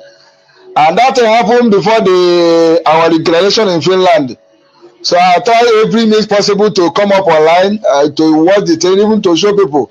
The thing didn't work out. But all of a sudden, I just got a new one now. I'm trying to set up many things there. That's why the thing they kick me out. If I come, my camera will not show, my mic will not be on. So I'm trying to find out where the thing from. But in all this, I thank you come up with me here, who give you people strength, who continue to guide the people, and our leader, Mazen Nandekano, our PM, Simon Eba, and our Deputy Prime Minister. Why MOBD, why one of my can attack, when Morania, Abba, and Atabamboka, no market well on where. Then in our if we have the Biafra government that we have declared that Biafra will stand forever. And you can see again now. You put that on social media, making sure that all the lies, the wicked ones that are lying against us, be busted out and they show to the world that those people are not with us. One thing is sure, everybody know the truth. So it depends the heart and the ear that have the truth to accept it. But we always say the truth, no matter the condition, no matter the situation, we don't care. We don't care who support or who does not support, or who is against or who is not against. One thing is sure, we will surely overcome them, which we have overcome. For us to be declared Biafra again in Finland, something that they fought to make it impossible. They remove our PM to see that if they can demoralize us, but to go care them and shame them, disappoint them. They didn't stop us. So how do they think that they can stop what have already been done? So the Biafra is here. We are free. We are independent state of Biafra, and we are defending it. Just like our PM said, we will declare Biafra and defend it. And that's what we are doing. We defend Biafra in all angles, in social media, on ground, anywhere. We are defending it. My brother, keep on. I will soon appear on camera. So let me. Thank you so much, my brother. Continue searching where the thing is coming from. Thank you all. Thank you so much. I appreciate you, my brother. It's really been a long. This our brother is one of our formidable speaker on this very platform. He has been joining us on daily basis, and you know how difficult it is. It's not easy. The Biafran struggle is not easy. Every one of us is making contributions on ourselves by ourselves, and he has been doing a lot. He's one of the people that join me on this platform every blessed day, even though from Henland. Just like you are seeing Akonye Wetre, that is the way he is. Coming online, every program is always there. Sometimes only me and him will be here broadcasting and doing this and that. So it's been a long time, you know, because of all those temptation and all that. Nigeria is not easy. Hardship is there. It's not easy. It is not easy. The cost of this journey is not easy. Many of us are paying a very, very heavy price. Like this, my very brother now. It's been how many more? Just as he said, it was because before November, our declaration, before that November, that was when I stopped hearing from him. You know, his phone had a problem and all that. So it's not been easy. It's not easy for Biafrans. And for you to be part of this very journey from homeland, it is not easy. It takes a lot of sacrifices with the economic situation, with the hardship, right, left, and center. It's not easy. So I thank Chukwu Okabiama for hearing from him once again. Chukwu Okabiama continue to guide and protect him and secure him. And Chukwu Okabiama continue to provide for him and keep him strong until we get to our homeland very, very soon. It is so amazing. I'm happy to hear from him. So my fellow Biafrans, before we begin to round up the program of the day, I'm going to play a program from our Supreme Leader Mazen Nandekano. Let us hear his voice once again to encourage us. You know, the voice of Mazen Nandekano is always a very, very strong encouragement to some of us. Each time when we hear his voice, we are energized. We begin to do things unimaginable. So I think we have to hear the voice of our Supreme Leader, Mazen Nandekan, once again today before we round up the program. Are certain that the lives and properties of our people there are firmly secured. Any day we learn to stop blaming the victims, this world will be a better place. I'm directing this very statements to the US Ambassador, to the UK High Commissioner, to the EU presence in the zoo, to Finland the UN as well. I know all of you will do nothing. To Finland authorities. We are not Muslims, so you're not going to help us. That's obvious. We know that for sure. Finland have joined. But we have something that you do not have. We have the grace, the might, and protection of God Almighty in heaven. And we know that God exists. And as long as he liveth, as my name is Nnamdi, my Redeemer liveth, as long as God lives in heaven, all of you can never triumph against us. Ojukwu said it before, and you said he failed. We know why he failed, because God said the time wasn't right. I want to show them, my children, what is called Biafra, that very kingdom. They have to fight their way into it. If that is the option you leave for us, then by all means, we will oblige you. But Biafra must come, or we all die. It's as simple as that. There is no alternative. People must understand the rage that is boiling within us. You must understand how angry we are. We may look normal to you, but we are very, very angry, believe you me. And by the time we are done with Nigeria, the name won't exist. That I can assure you. You people are now beginning to see the type of madness that we are capable of unleashing. And more is coming. And I do not hide it, because you hate us anyway. This conspiracy against Biafra, for no reason, we've done nothing wrong to anyone. But you despise us and you hate us. You want us to die because God gave us oil and gas. You want to take over our land. It's not going to happen. And we're not apologizing or begging anybody to please read this letter. They are raping our women. They raped our women. Did you do anything about it? They went to the UK High Commissioner. They were telling them, oh, we can't do anything about it. Rape victims. But you're doing something about defending Fulani. You are defending Fulani. But rape victims in front of you cannot defend them. And you're neutral. And you want Nigeria to continue. So you want me to stay in a Nigeria where my women will be raped every day. Nobody will do anything about it. And I'll be clapping for you. One Nigeria, I'll be clapping for you. Check it, mad people everywhere. People are insane. You want me to stay in a country where the Fulani police and soldiers can come and take our women, rape them anyhow they like. Even before they release them, they charge us. Do you know how much we have spent? We have spent nearly 9 million naira to secure the release of people who were abducted and raped, victims of state crime. Britain didn't say anything. UN never uttered a word. EU, nothing. US, nothing. And you want me to be in that country? I think some people are mad. Very, very insane indeed.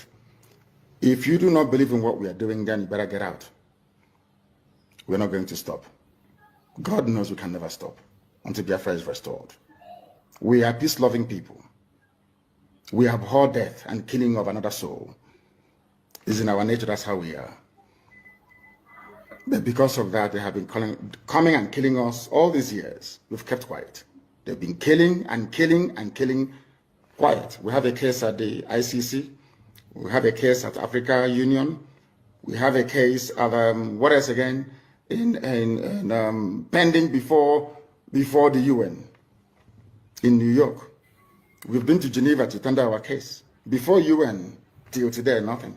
In fact, the more we complain to them, the more they come to abduct and rape our children, the more they come to kill us, the more they want to take over our land and our forests. And who told them that's going to be possible in our time? In a time, in a movement that I lead, you think you can come into our land and take it over? Oh dear. That means you don't know who we are.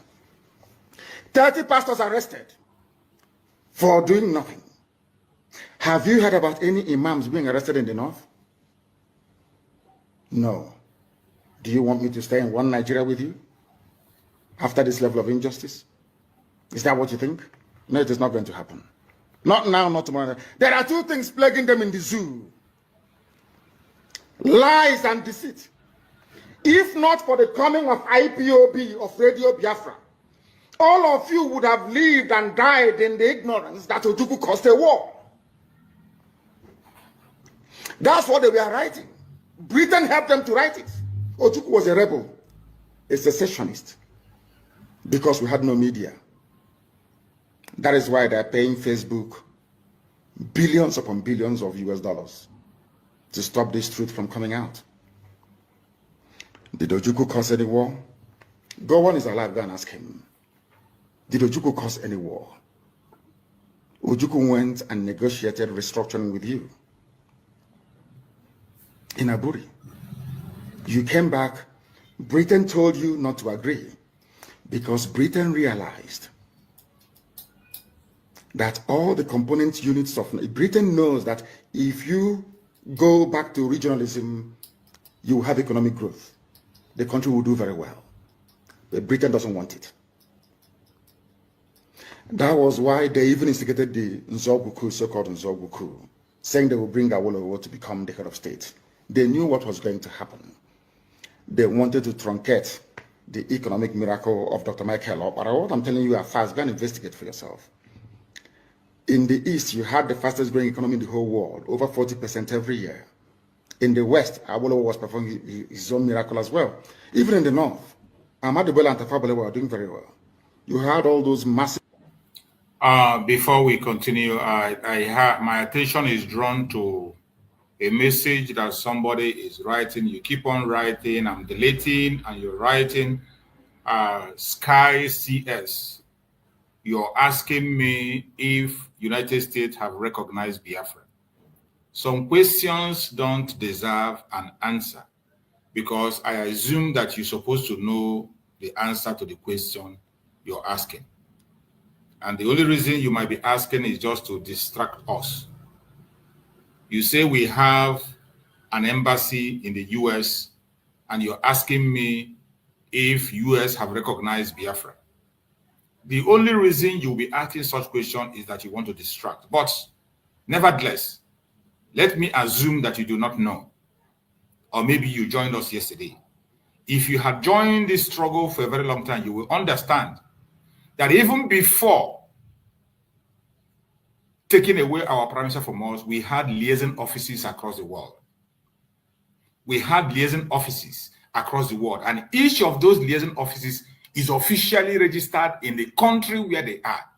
When the registration we are done, you see members of the United States of Biafra, they go there on video, tendering the letter of recognition, to every country where they are domiciled, we had liaison offices. And Mazi Simon Ekpa then told us that immediately after the declaration of the United States of Biafra, that every liaison office now becomes our embassy. So we are no longer talking about liaison office, we are talking about embassy. That every of those liaison offices we turn to embassy while we continue to pursue recognition. Recognition is a process. And when it is time, we will be recognized. Recognition is a process. We are making our presence felt in all parts of the world, in all countries of the world where we are domiciled. So, in the structure of the United States of Biafra, Mazi Simon made it clear that after the declaration of Biafra, every liaison offices, just like as it was before, we now become an embassy. We refer to it as an embassy, no longer liaison office. It was from liaison offices, I think from liaison offices before, when we become Briggy, when we become Briggy, we change it to mission. We become a mission. From mission, now we enter to an embassy. And that was what Mazi Simon explained. So when you hear us talking about our embassy in the United States, it is not a mistake. We are a sovereign state. While we pursue our recognition and while we pursue the full restoration on the ground, we will continue to hold our title and hold it strong. You will be addressed how you dress. Whatever name you give yourself is what to be called. I hope you understand that now, in case you don't understand before. So I think due to the long time spent, I'm going to stop the message of our Supreme Leader here. Maybe we'll continue this time while I allow our beloved sister Ojugo to go ahead and give us your speech. My sister Ojugo, go ahead, take the mic and speak to us. Good morning, good morning, good morning, everyone in the house, Bro Chucks. You're welcome. And dear brother, you see, when you're possessed with this Biafra issue, nothing can stop you. Nothing. You can't even stop it by yourself. If it was possible, trust me, this is our brother after a long time. He said since November, but he's still struggling to get back to that spirit, that call. Yes. That call. So that's what it is. And any day that you are not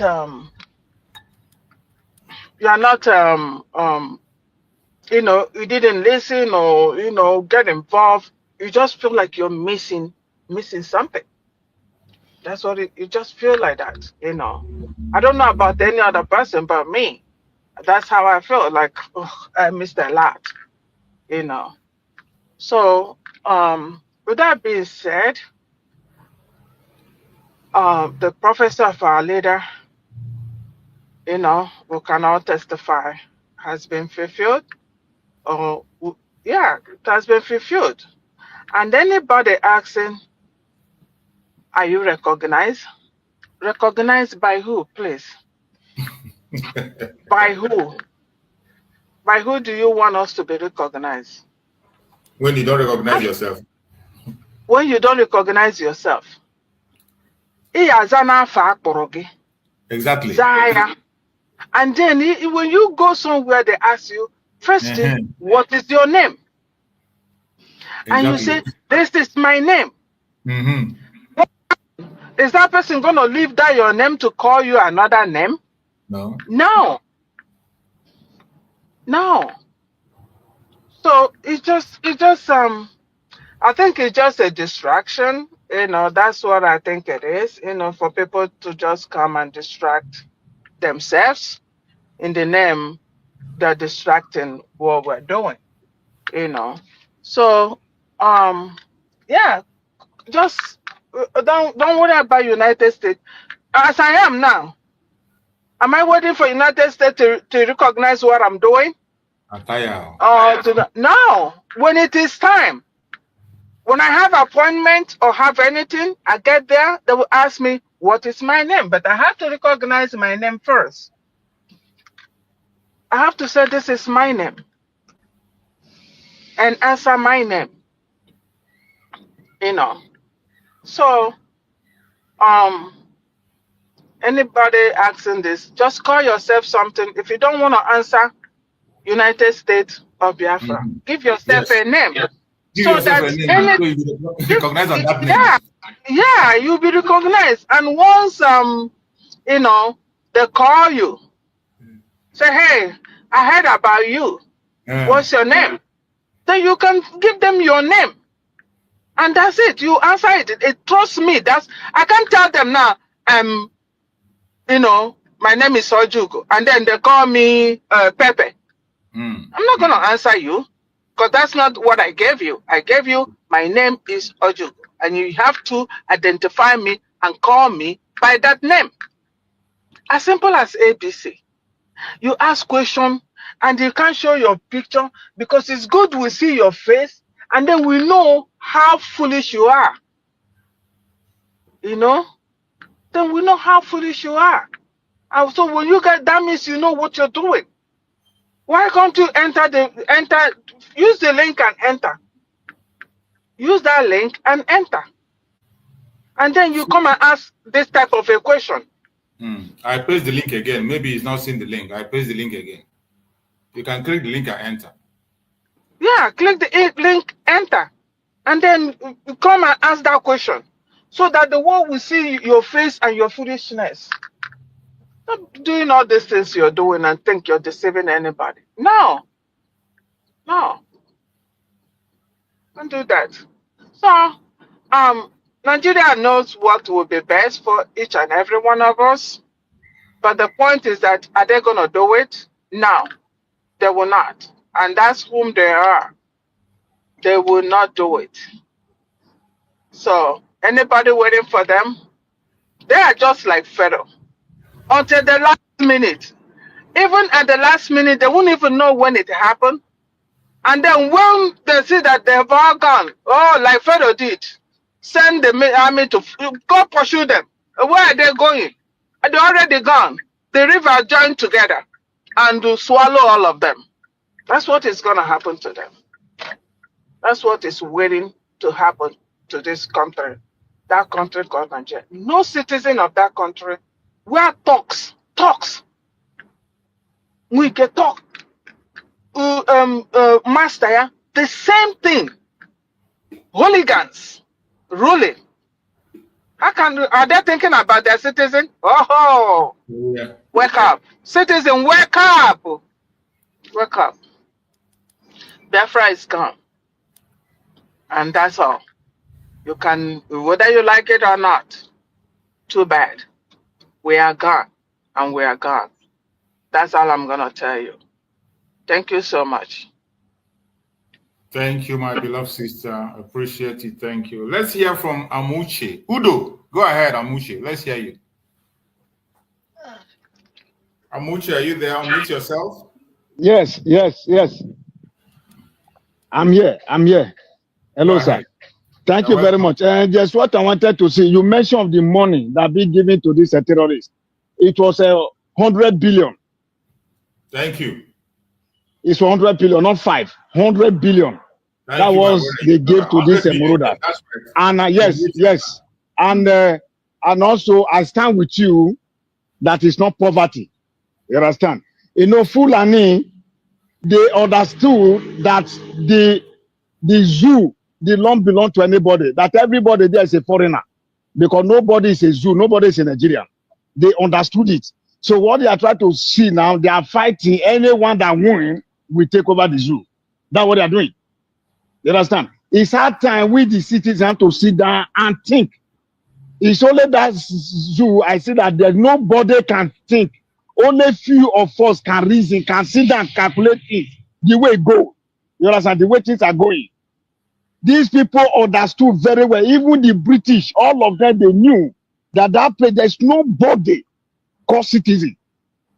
You understand? That is only the land that God has no God. God don't bless. No, God's hand is not there.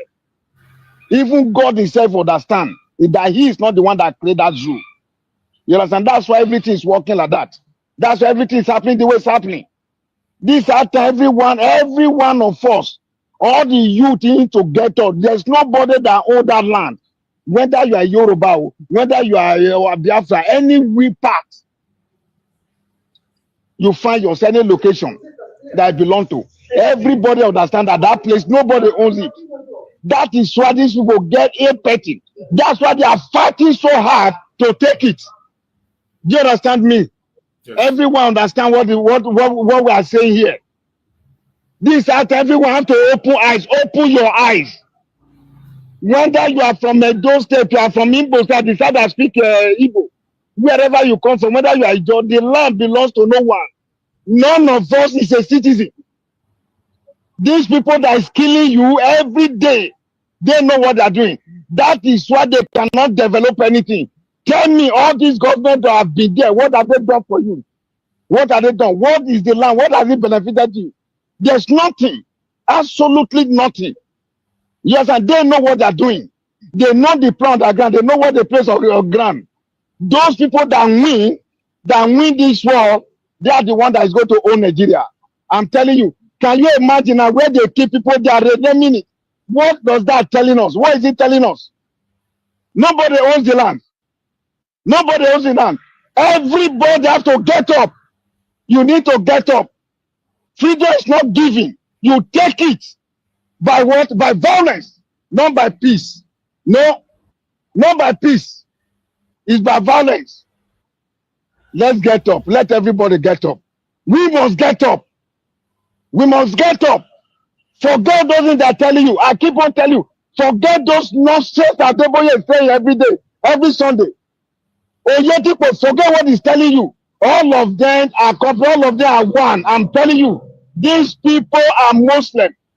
They are one. Just look at that. Our sister, they just kill for nothing. In Ogun State, what has she done? Can you kill somebody because of just ordinary 1.5? What is 1.5? These people, they know what they're doing. They know what they're doing. I'm telling you, I'm telling every one of us, if we didn't get up now, I'm telling you, all of us, all of you will go in 6 feet. I'm telling you, mass grave. You need to get up and open your eyes. This thing happening is not, I don't know how to say. It's not a dream, it's reality. It's reality. Wake up, it's reality. As Adeboye, you understand what is going on. I said it last time. Adeboye, in 2020, Adeboye went to Asoro. They gave me Ghana must go. Ask him if it's a lie. It's me calling his name Munchi. Let it come in anywhere. I will come out. He went there Asoro in 2020. Is it a president? Is he fighting for a presidency? No. Is he not pastor call himself? What is it? What did he went there for? What is he using that money to do? You can't ask him a question, yet you call him daddy, daddy.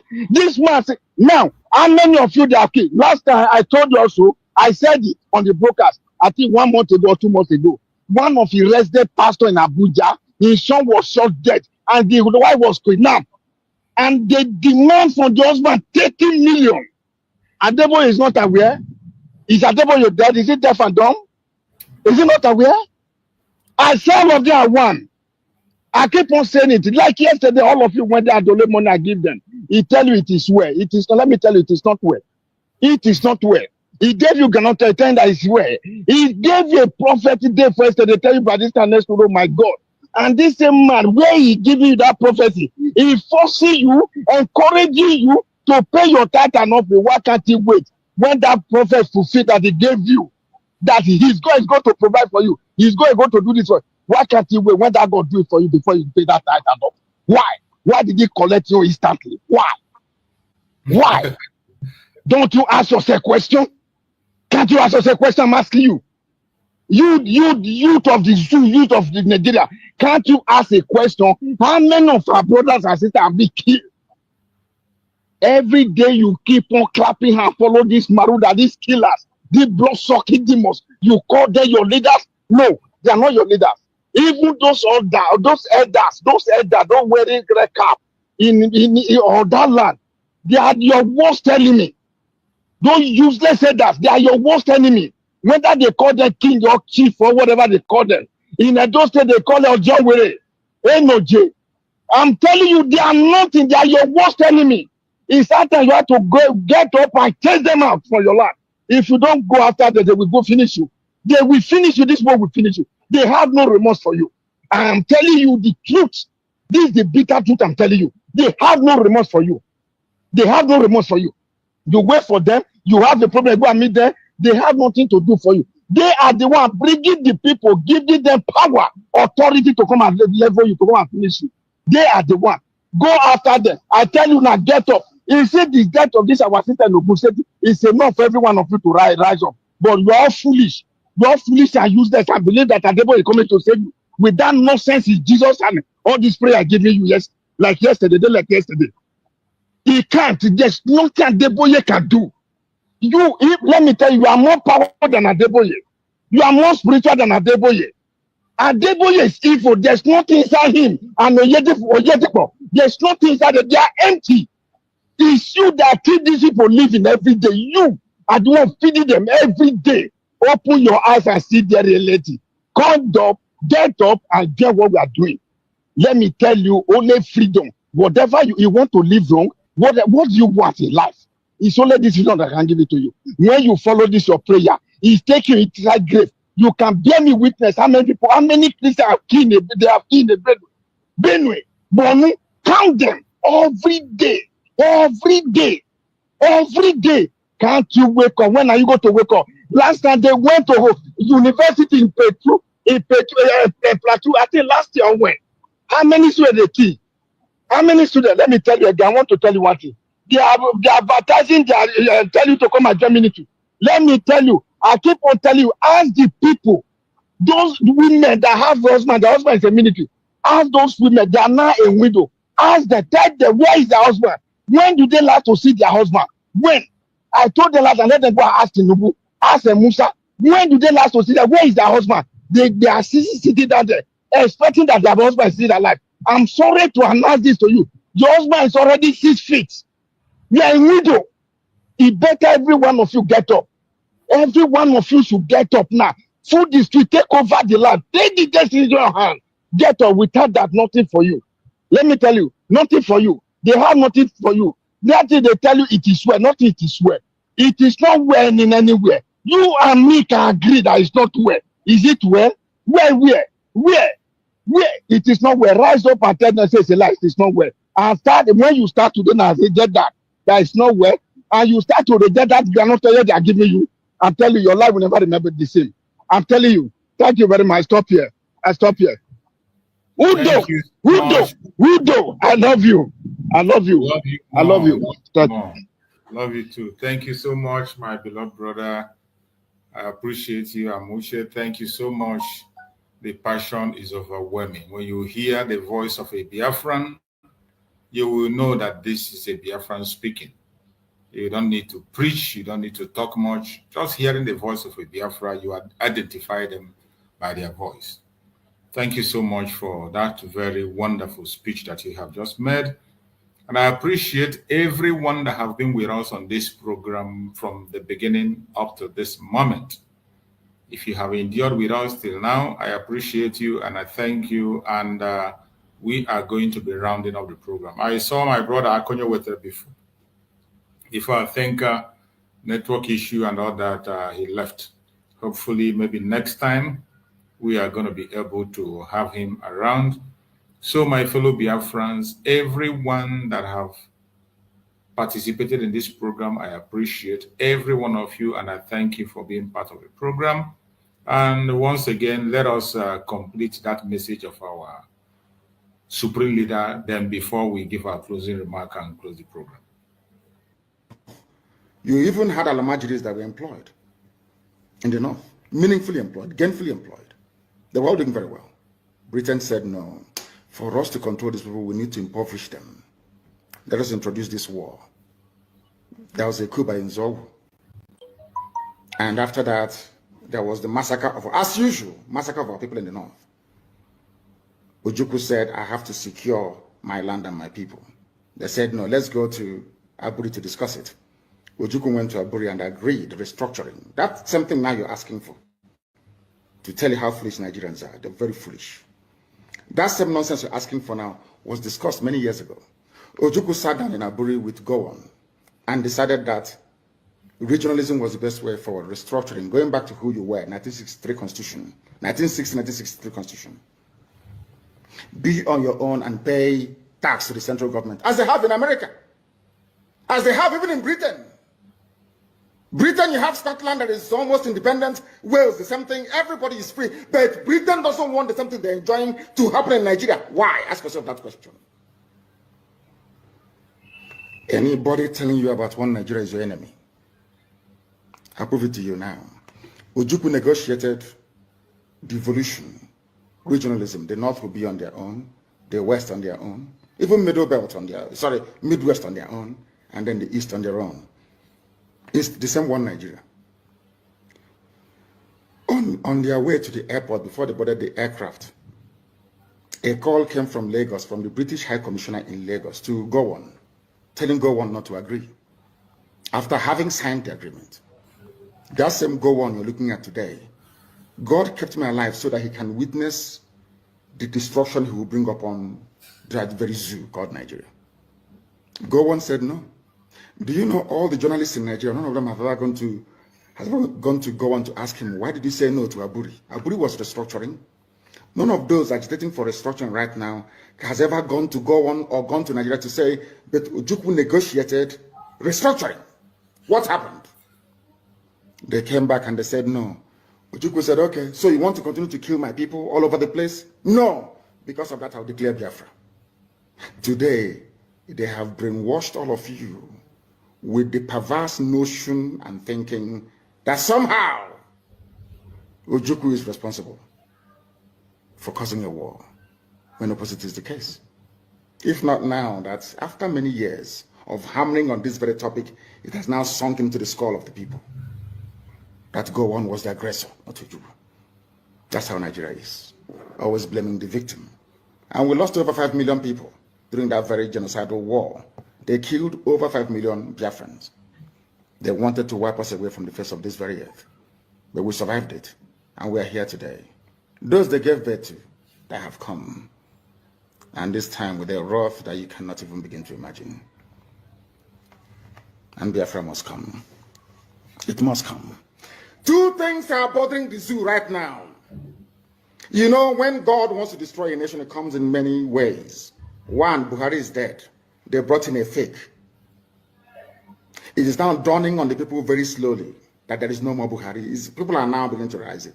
What I find astonishing are people that they claim are stakeholders in the zoo, those who should know better, those who should be, should I say, lead this very campaign to uncover the truth. They're all running away, they're all hiding. Do you know why they're hiding? Because the people talking about a late dead Buhari are those that oil and gas comes from their region. And they all think that they need oil and gas to survive. That is why they're all quiet. If not that Dino Malaya came out a few days ago, of course Obasanjo said it, even Aisha Buhari said it, but the husband is dead. They all pretended as if they didn't know. And we know that Buhari is dead. And when that very issue erupts the way and manner it would, later on in the coming weeks and months, the zoo cannot contain the fallout. That is number one. Number two is that everybody keeps talking about there seems to be no government, there is no direction because Buhari is not there. That is why you have no direction. That is why the country seems to be drifting. That is why there is no sense of purpose, no cohesion, because there is no. Thank you so much, my fellow Biafrans. You have heard our Supreme Lamazin kind of one of the refreshing of his messages. And when this issue of Buhari was there, all of us were here. And some of you are not asking questions. Even in this time that the case of Mazin Nande can have resumed, why is it that nobody is mentioning the issue of Buhari? At least if Buhari was to be alive, that one would have held water for them. But in the whole charges against Mazin Nande Kanu, this issue of Buhari has not been presented. And since that imposter left office, the wife has remained in Dubai, while he himself is in the imposter that they claim to be Buhari is in Daura. And all of us know that the main Buhari that we know is a fundamentalist. Remember, he told us that the women belong in the kitchen, that his wife belonged to the kitchen. How is it that now that he's on retirement, his wife belongs to Dubai and not in the kitchen? A question for thought. Go and think about it. We are going now to have our closing remark as we close the program. My brother Greg, give us a closing remark as we round up. Yeah, Maz. You know, I told you before, Nigeria is the only country that lies to themselves in the whole world. There is no country in the world that lies to themselves like Nigeria. They hate truth. They like darkness. They continue living in darkness. Nigeria is a darkened country that hates anything that called light, and they never love to walk in light in the daytime. That is a fact. You know, I can imagine when Gowon is telling Nigerians that that he did not fight the Igbos out of hate. He did not fight them out of hate. So, had he fought Igbos out of hate, that means maybe by now every part of Igbo land would have been like a desert. Yeah, because that is exactly what my mind started telling me. Just imagine. Yeah, you kill over 5 million people by starvation and the bomb. And they came out after 60-something years or 60 years. You started telling them that you did not kill them out of hate.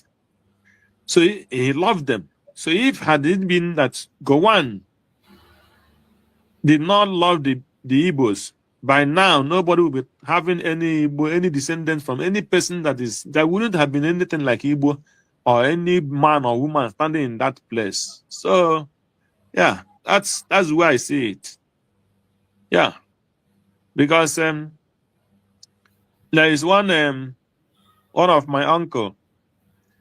When I was one time I was sick, so he came to the house, and they were trying to force me to eat. So, and when he looked at the food I ate, and my mom was asking me, continue eating. I said, no, I don't have appetite. The man laughed. He said, Yes,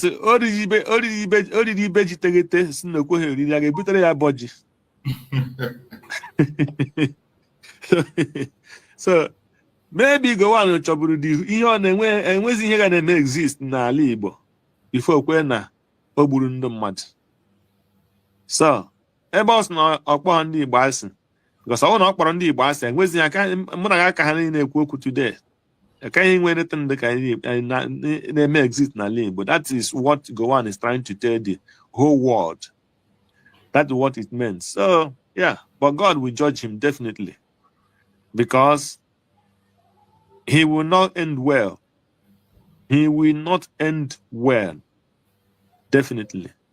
So that is the message. So the other one is to encourage the Biafrans to stand on their feet and do the needful. No going back.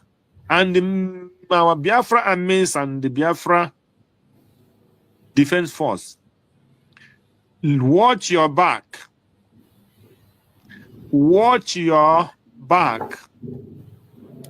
Watch your back. The enemy is not sleeping. The enemy want to they want to do it by all means. The time they gave them is expiring. The time they gave to them is expiring. Let every Biafra army and every Biafra defense force, any defense power in Biafra land, watch your back and be careful with any person you are communicating or any man you are letting yourself to. be extremely careful. The time is very, very dangerous. Don't take this word as just a mere talking. The time is very dangerous. The time they gave to them to act, to make sure that Biafra stop everything that we are doing, the time is elapsing. So overpower them with all their propaganda and stand on your feet. That is my message. And may God bless every Biafran. Anything that exists as a human being for Biafra, I pray for you, for God, both the evil one and the bad one, that you will be alive to see the Biafra that you are sabotaging. We don't pray for you to die. We pray for you to live. We are not like people who you will live and see the Biafra you are sabotaging, so that shame will be your own portion. Thank you, Mazi Choose, and may God bless you and bless Biafrans and bless Dr. Ngozi, and they continue keeping Mazi Nam, the kind of Simon Ekpa, who will come out victoriously. Thank you, and may the Spirit of God rest upon all of us. That is our prayer today. I pray in Jesus' name. Amen. Thank you so much, my brother. I appreciate you for that wonderful, wonderful remark. Thank you. You have spoken well. I don't know whether if our brother Amuche is still there, you have something to say finally before I close up the program. I don't know if Amuche is still there. I don't know if Amuche is still free. If you are free, unmute yourself and give us your last program. Of course, I'm here, sir. Okay, I'm here, my sir. brother. Just give us Marina. Yeah, Marina. All right. Yeah. What me I want to say, you see that Buhari issue, Buhari is dead. You know, our people has a problem that we get because they cannot reason. You understand? When we talk, they say we are man, say we don't have job. If you go to my place where I come from, and they say that I'm hungry in Europe, and that I'm hungry, I don't have a job.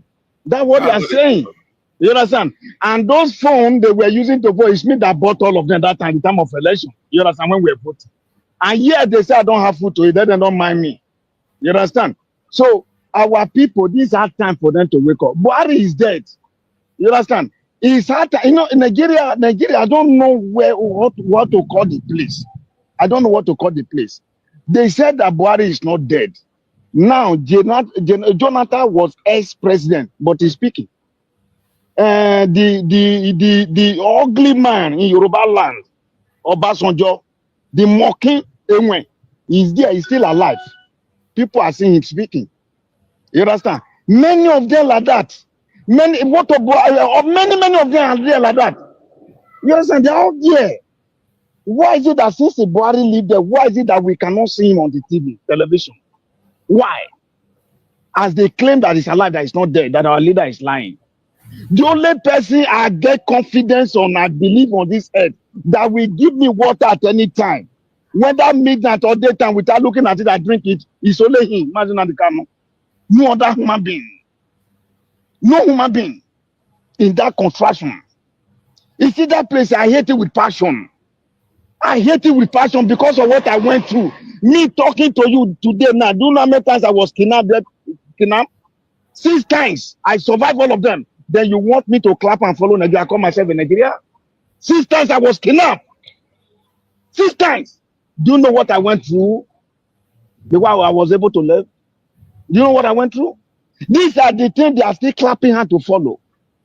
They are calling themselves Nigeria. In Nigeria. Do you understand? 6 times I was kidnapped. 6 times. Somebody is telling me to be clapping her, follow what? When they called my pastor, do you know what he said? For pay ration, do you know what they said? He said, yeah, it's not church, is not what they call charity organization. Charity organization. Church organization. This is what the people are telling me that they want to take me to heaven. Somebody cannot secure my life when I was. You see, the hatred I gave for these people, the hatred I get for them. Only the God Almighty that knows the hatred, because a lot of things have happened to me in that land. A lot of things. I've got a lot of experience. That's what I'm telling these people. You tell them every day, they tell you, say no. Now, help me add these people. Where in on earth in a country on earth that ordinary onion or ordinary pepper will be more expensive than gold? Where in the world? Where in the world? Ask all these people that clap and follow these criminals. For just like Osomole or Osomole, you clap him and follow Osomole.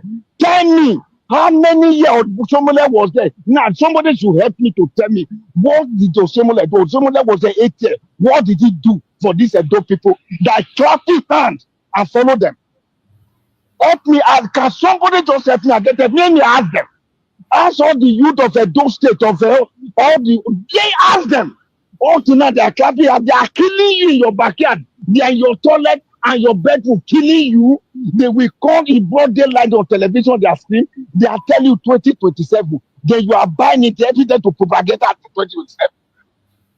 Let me tell these people, we are on earth. That ordinary tomato will be more expensive than gold. We are on earth. Ordinary tomato expensive more than a car. Ordinary tomato, when I was young, we don't buy tomato, we don't buy tugu. We don't buy all these things. We have it in our farms. We have it in our backyard also. Only to go there and plug pepper and plug St. Leaf, all these things. Yeah, in our language, we call St. Leaf Oriwo. Eramoho. Then the Tali, we call it Oriwo. Ask these people, help me ask them. Today, when you tell them about freedom, they'll be talking from their annals. They'll be talking from their annals. Ask them at those states. Let me ask them there, all those people, do they have a very good road? Let me also ask them, where in this country that you will finish school after graduation, before you get job, before anything, they will tell you to go and enter another school of prayer and fasting. Let me ask them. Can somebody begin to help me to ask this question? All these useless youth. I have no regard for them. I have no respect for them, including the others. Since you refuse to reason as a human being, I have no regard for you. I have no respect for you. Because the way you are behaving like this, do you know what you are telling me? It's my life. It's my life. You want me dead. You don't want me to live. It is your behavior. That is what he's saying. You don't want me alive. If you want me alive, you will get up and follow what we are doing, this freedom. You will embrace it. You will embrace it with everything in you. Hence, you refuse to embrace it. That means you want me dead. So I have no respect for you. I have no regard for you. I have no regard for you. Tell me, a mother and a father will spend all their money, all their life, even the one that farm. They will use the money to train you for school. When you finish, instead of the sole government to give you a job, they tell you they will transfer you to their pastor, to their customer. In all of them, they work hand to hand. They tell you go there, go and start buying ganotoye, and let them be praying for you and deliver you. Then you fast before you get a job. For how many years? Did they work? No. Did they work? No. Now, what is wrong with you that now you are now refused to open your eyes to see the reality on ground, to see the handwriting on the wall? What is your problem? Now you want me to come now with this your foolishness and stupidity? Let me call you my brother, call you my sister. No, it's not done. It's not done. It's not done anyway. Look how what is happening. Or what is every day they kill your sister die, your brother die, your neighbor. If it's not your neighbor, it's your colleagues. How many of them every day? See yet. Look at the other one. Last time they were burning, I don't know, what they call it, inside market. A Biafra was killed, the job was destroyed. A Biafra get up and say, thank God that it's not close to my shop. My shop is still very far from it. Thank God it didn't happen to me. And that day was a Sunday. This idiot, he just come back from church. He just come from that evil gathering when they call church. He just came back from there. Look at what a human being say. Your brother, your Biafra brother. My brother, I have these people. I don't just understand the language that we are going to use for them to wake up. For them to wake up. If yes, sir, I'll be telling you, obey me at a mamba, where you in the no amount of everybody. Edo ni esani. Ibarebe badage mi no sunu. Vama honi bagwa. E have forget maba. E forget maba. E wege no. Yege oge no oge ka maba. Oge no weda go ba bini mere famani. Oba bini oba re dog boliba. Meka obwe me atama we that no Jenny, no Jojo within the few man. We none by you gonna Maria Irari. No, okay, no. We none the full and winana. Ye modern refemani, full and winana. Or someone that no kiva or move money or kiva the APC, a terrorist for that matter. Or move Vatero, Vatero Boni Balaso or Boni Maso, Vatero, Yege or Zekome cannot save you, or Zekome will be bought over. Now he coming to media and be talking rubbish, talking twice. Or Zekome, you are idiot. You are idiot. Your head is not correct. In fact, I don't blame you because in Nigeria I gave you that title. Because Nigeria cannot give a title to a human being. The Nigeria can only give title to idiots and goats like you. That's only the people that Nigeria. Anybody in Nigeria is a goat. It's an animal. Idiot, that all of you are. Stupid everywhere. Only one man that came to save you. You have opportunity to help him out. You said no. You went to collect money, and the following money you went to America. For what? For what? Because they have bought all your heart, bought everything you. All your liver, they have sold it, they have paid money for it. You went to America. Don't worry. We have you know now. Whether you wear about it now, whether battle or somebody a good money, we're going. We're not going here, we're going to tell money where you go. We have had the media come and start deceiving us. Let me tell you, you can't deceive us. We have come to abroad. We have seen how life is all about. You understand? You cannot deceive us again. Mama car. We will not accept for you to finish our people. We will not take it. Mama car. Ose come ibi marebe bola mama yeka. Mama yeka ege seba rebe mane palo. Yege Biafra no. Ade yi Biafra my gwali mi so to my gwali go eme mi na gwala. We da go ba binyemi ni ba love ebe auto sema. Egbe man fubare. Oba bini, if you like it, go. You say that your friends, you are raise it now to sky. Raise it to sky. We are coming for you. It will not save you. Every day you are raising the fence. It will not save you. I'm telling you. We are coming for you. It's our freedom. You cannot use our life to trade our life just like tomato and pepper. No, enough is enough. Every day since I was young, I'm how many years now? More than 40 years, you are still telling us that we are the leader of tomorrow. When we grow up, for us to go and give water to our children, our parents, you kill us. You kill us. All the youth, you are finishing them every day. You remain there, you want to remain there. It's a lie. All of you that are campaigning for the youth to come and join the military, let me tell you, what's it called? All of you, all those that are in our village, you go to campaign. Let me tell you, go and tell your children, wherever a kid, let them come and join the military. And leave our youth alone. Leave other people's children alone. Where's the member?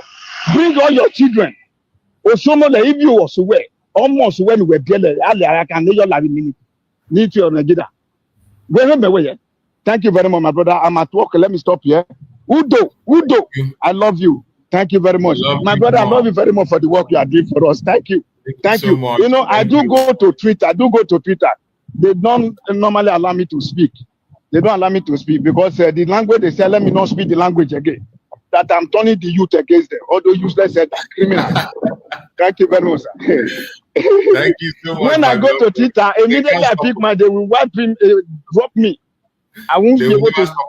They will try, but they will not succeed. We will always have a way to pass our message. Thank you so much, my brother. I appreciate you so much. I appreciate you. Thank you so much. And my fellow Biafrans that have joined us wherever you are joining from, I appreciate every one of you and everyone that has participated on today's Sit at Home. May Chukwu Okike continue to guide and protect all of us. Wherever you are, whatever contribution you have made today, continue. And remember, we are moving forward, pursuing a recognition and restoration fully on the ground. We already have our independence from the 29th of November 2024. Biafra was already declared, and we have regained our sovereignty. You must begin to address yourself as a citizen of the United States of Biafra. What you call yourself is how people are going to address you. For those who don't want to claim Biafra, it's up to them. They can answer any name. You don't want to claim sovereignty. I don't have a problem with you. It is your decision. The choice is yours. Whatever name you choose to be called is what you're going to be called. I want to be called a citizen of the United States of Biafra. And that is what I am. Non-negotiable. Anywhere I go, I should be addressed as a citizen of the United States of Biafra. It is your choice to choose how you're going to be addressed. That choice is yours. There is freedom of association in the United States of Biafra. So feel free to be wherever you want to be. Thank you so much for being part of this program. I appreciate everyone that have been part of this program from beginning to end. May Chukwu Okike Abiama continue to guide and protect every single one of us in whatever we do, wherever we go. Every one of us will be protected, and we are going to see Biafra. May Chukwu Okike Abiama continue to guide and protect our Deputy Prime Minister, Dr. Ngozi Oronkweze. May Chukwu Okike Abiama continue to guide and protect our Prime Minister, Mazi Simon Ekpa Njoko. May Chukwu Okike Abiama continue to guide and protect our Supreme Leader, Mazi Nnamdi Kanu. No weapon formed or fashioned against us as Biafra shall prosper.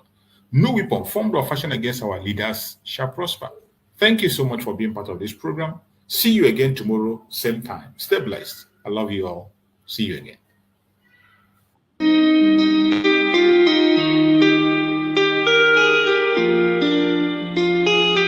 Yeah, my dear, on the beat.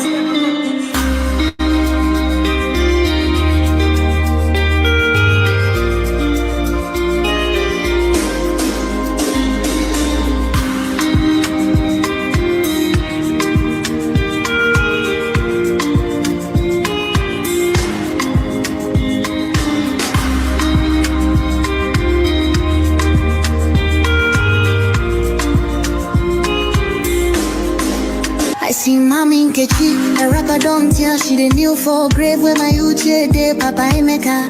Don't blind from growing, Peking don't fall, now watch up I'm raw.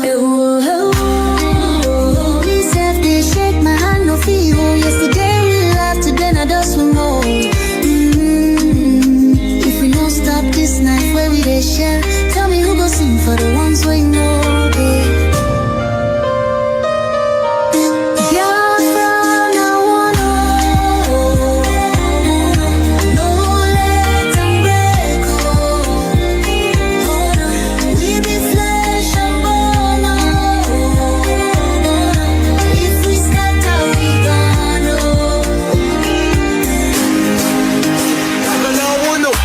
She need the voice from under the soil. Brother, don't let my blood turn to oil. Little Ada they ask where my papa go. Her small hand they shake, she knows I be this woe.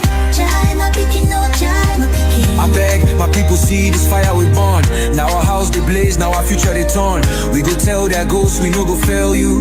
If we hold this love, that death go burn you. No, make we try yo. Back up in the day. I beg my people see this fire we burn. Now our house they blaze, now our future they turn. We go tell their ghosts we no go fail you. If we hold this love, that death go burn you.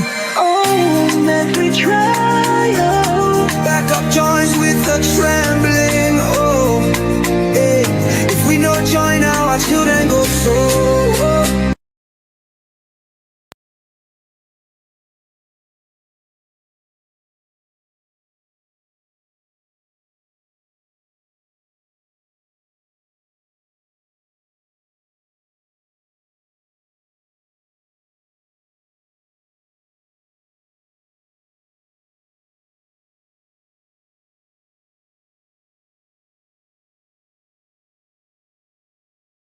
Belong to globalists.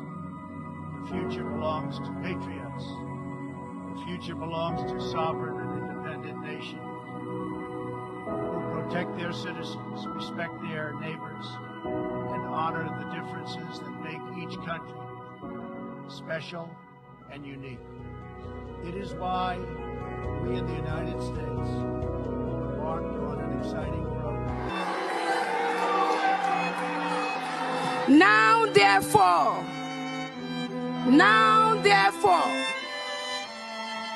the Prime Minister of Biafra Republic Government in exile, His Excellency Ekpa Simon Njoko, by virtue of the authority and pursuant of the issues and principles recited above, do hereby solemnly proclaim that the territory and region under the 40 confederating states of Biafra, together with her continental shelf and territorial waters, shall henceforth regain her independence and act as an independent sovereign state with the name and title of the United States of Biafra.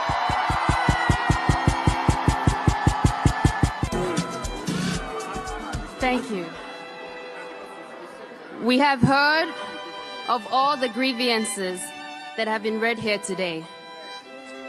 The untold hardship of our people that they have gone through, the lives that the lives that have been lost, the lives that we are still losing. As a member of cabinet, I stand here to affirm, on the basis of the grievances and of the referendum, for our forefathers, for this generation, for the next generation to come, I affirm the declaration and restoration of the United States of Biafra.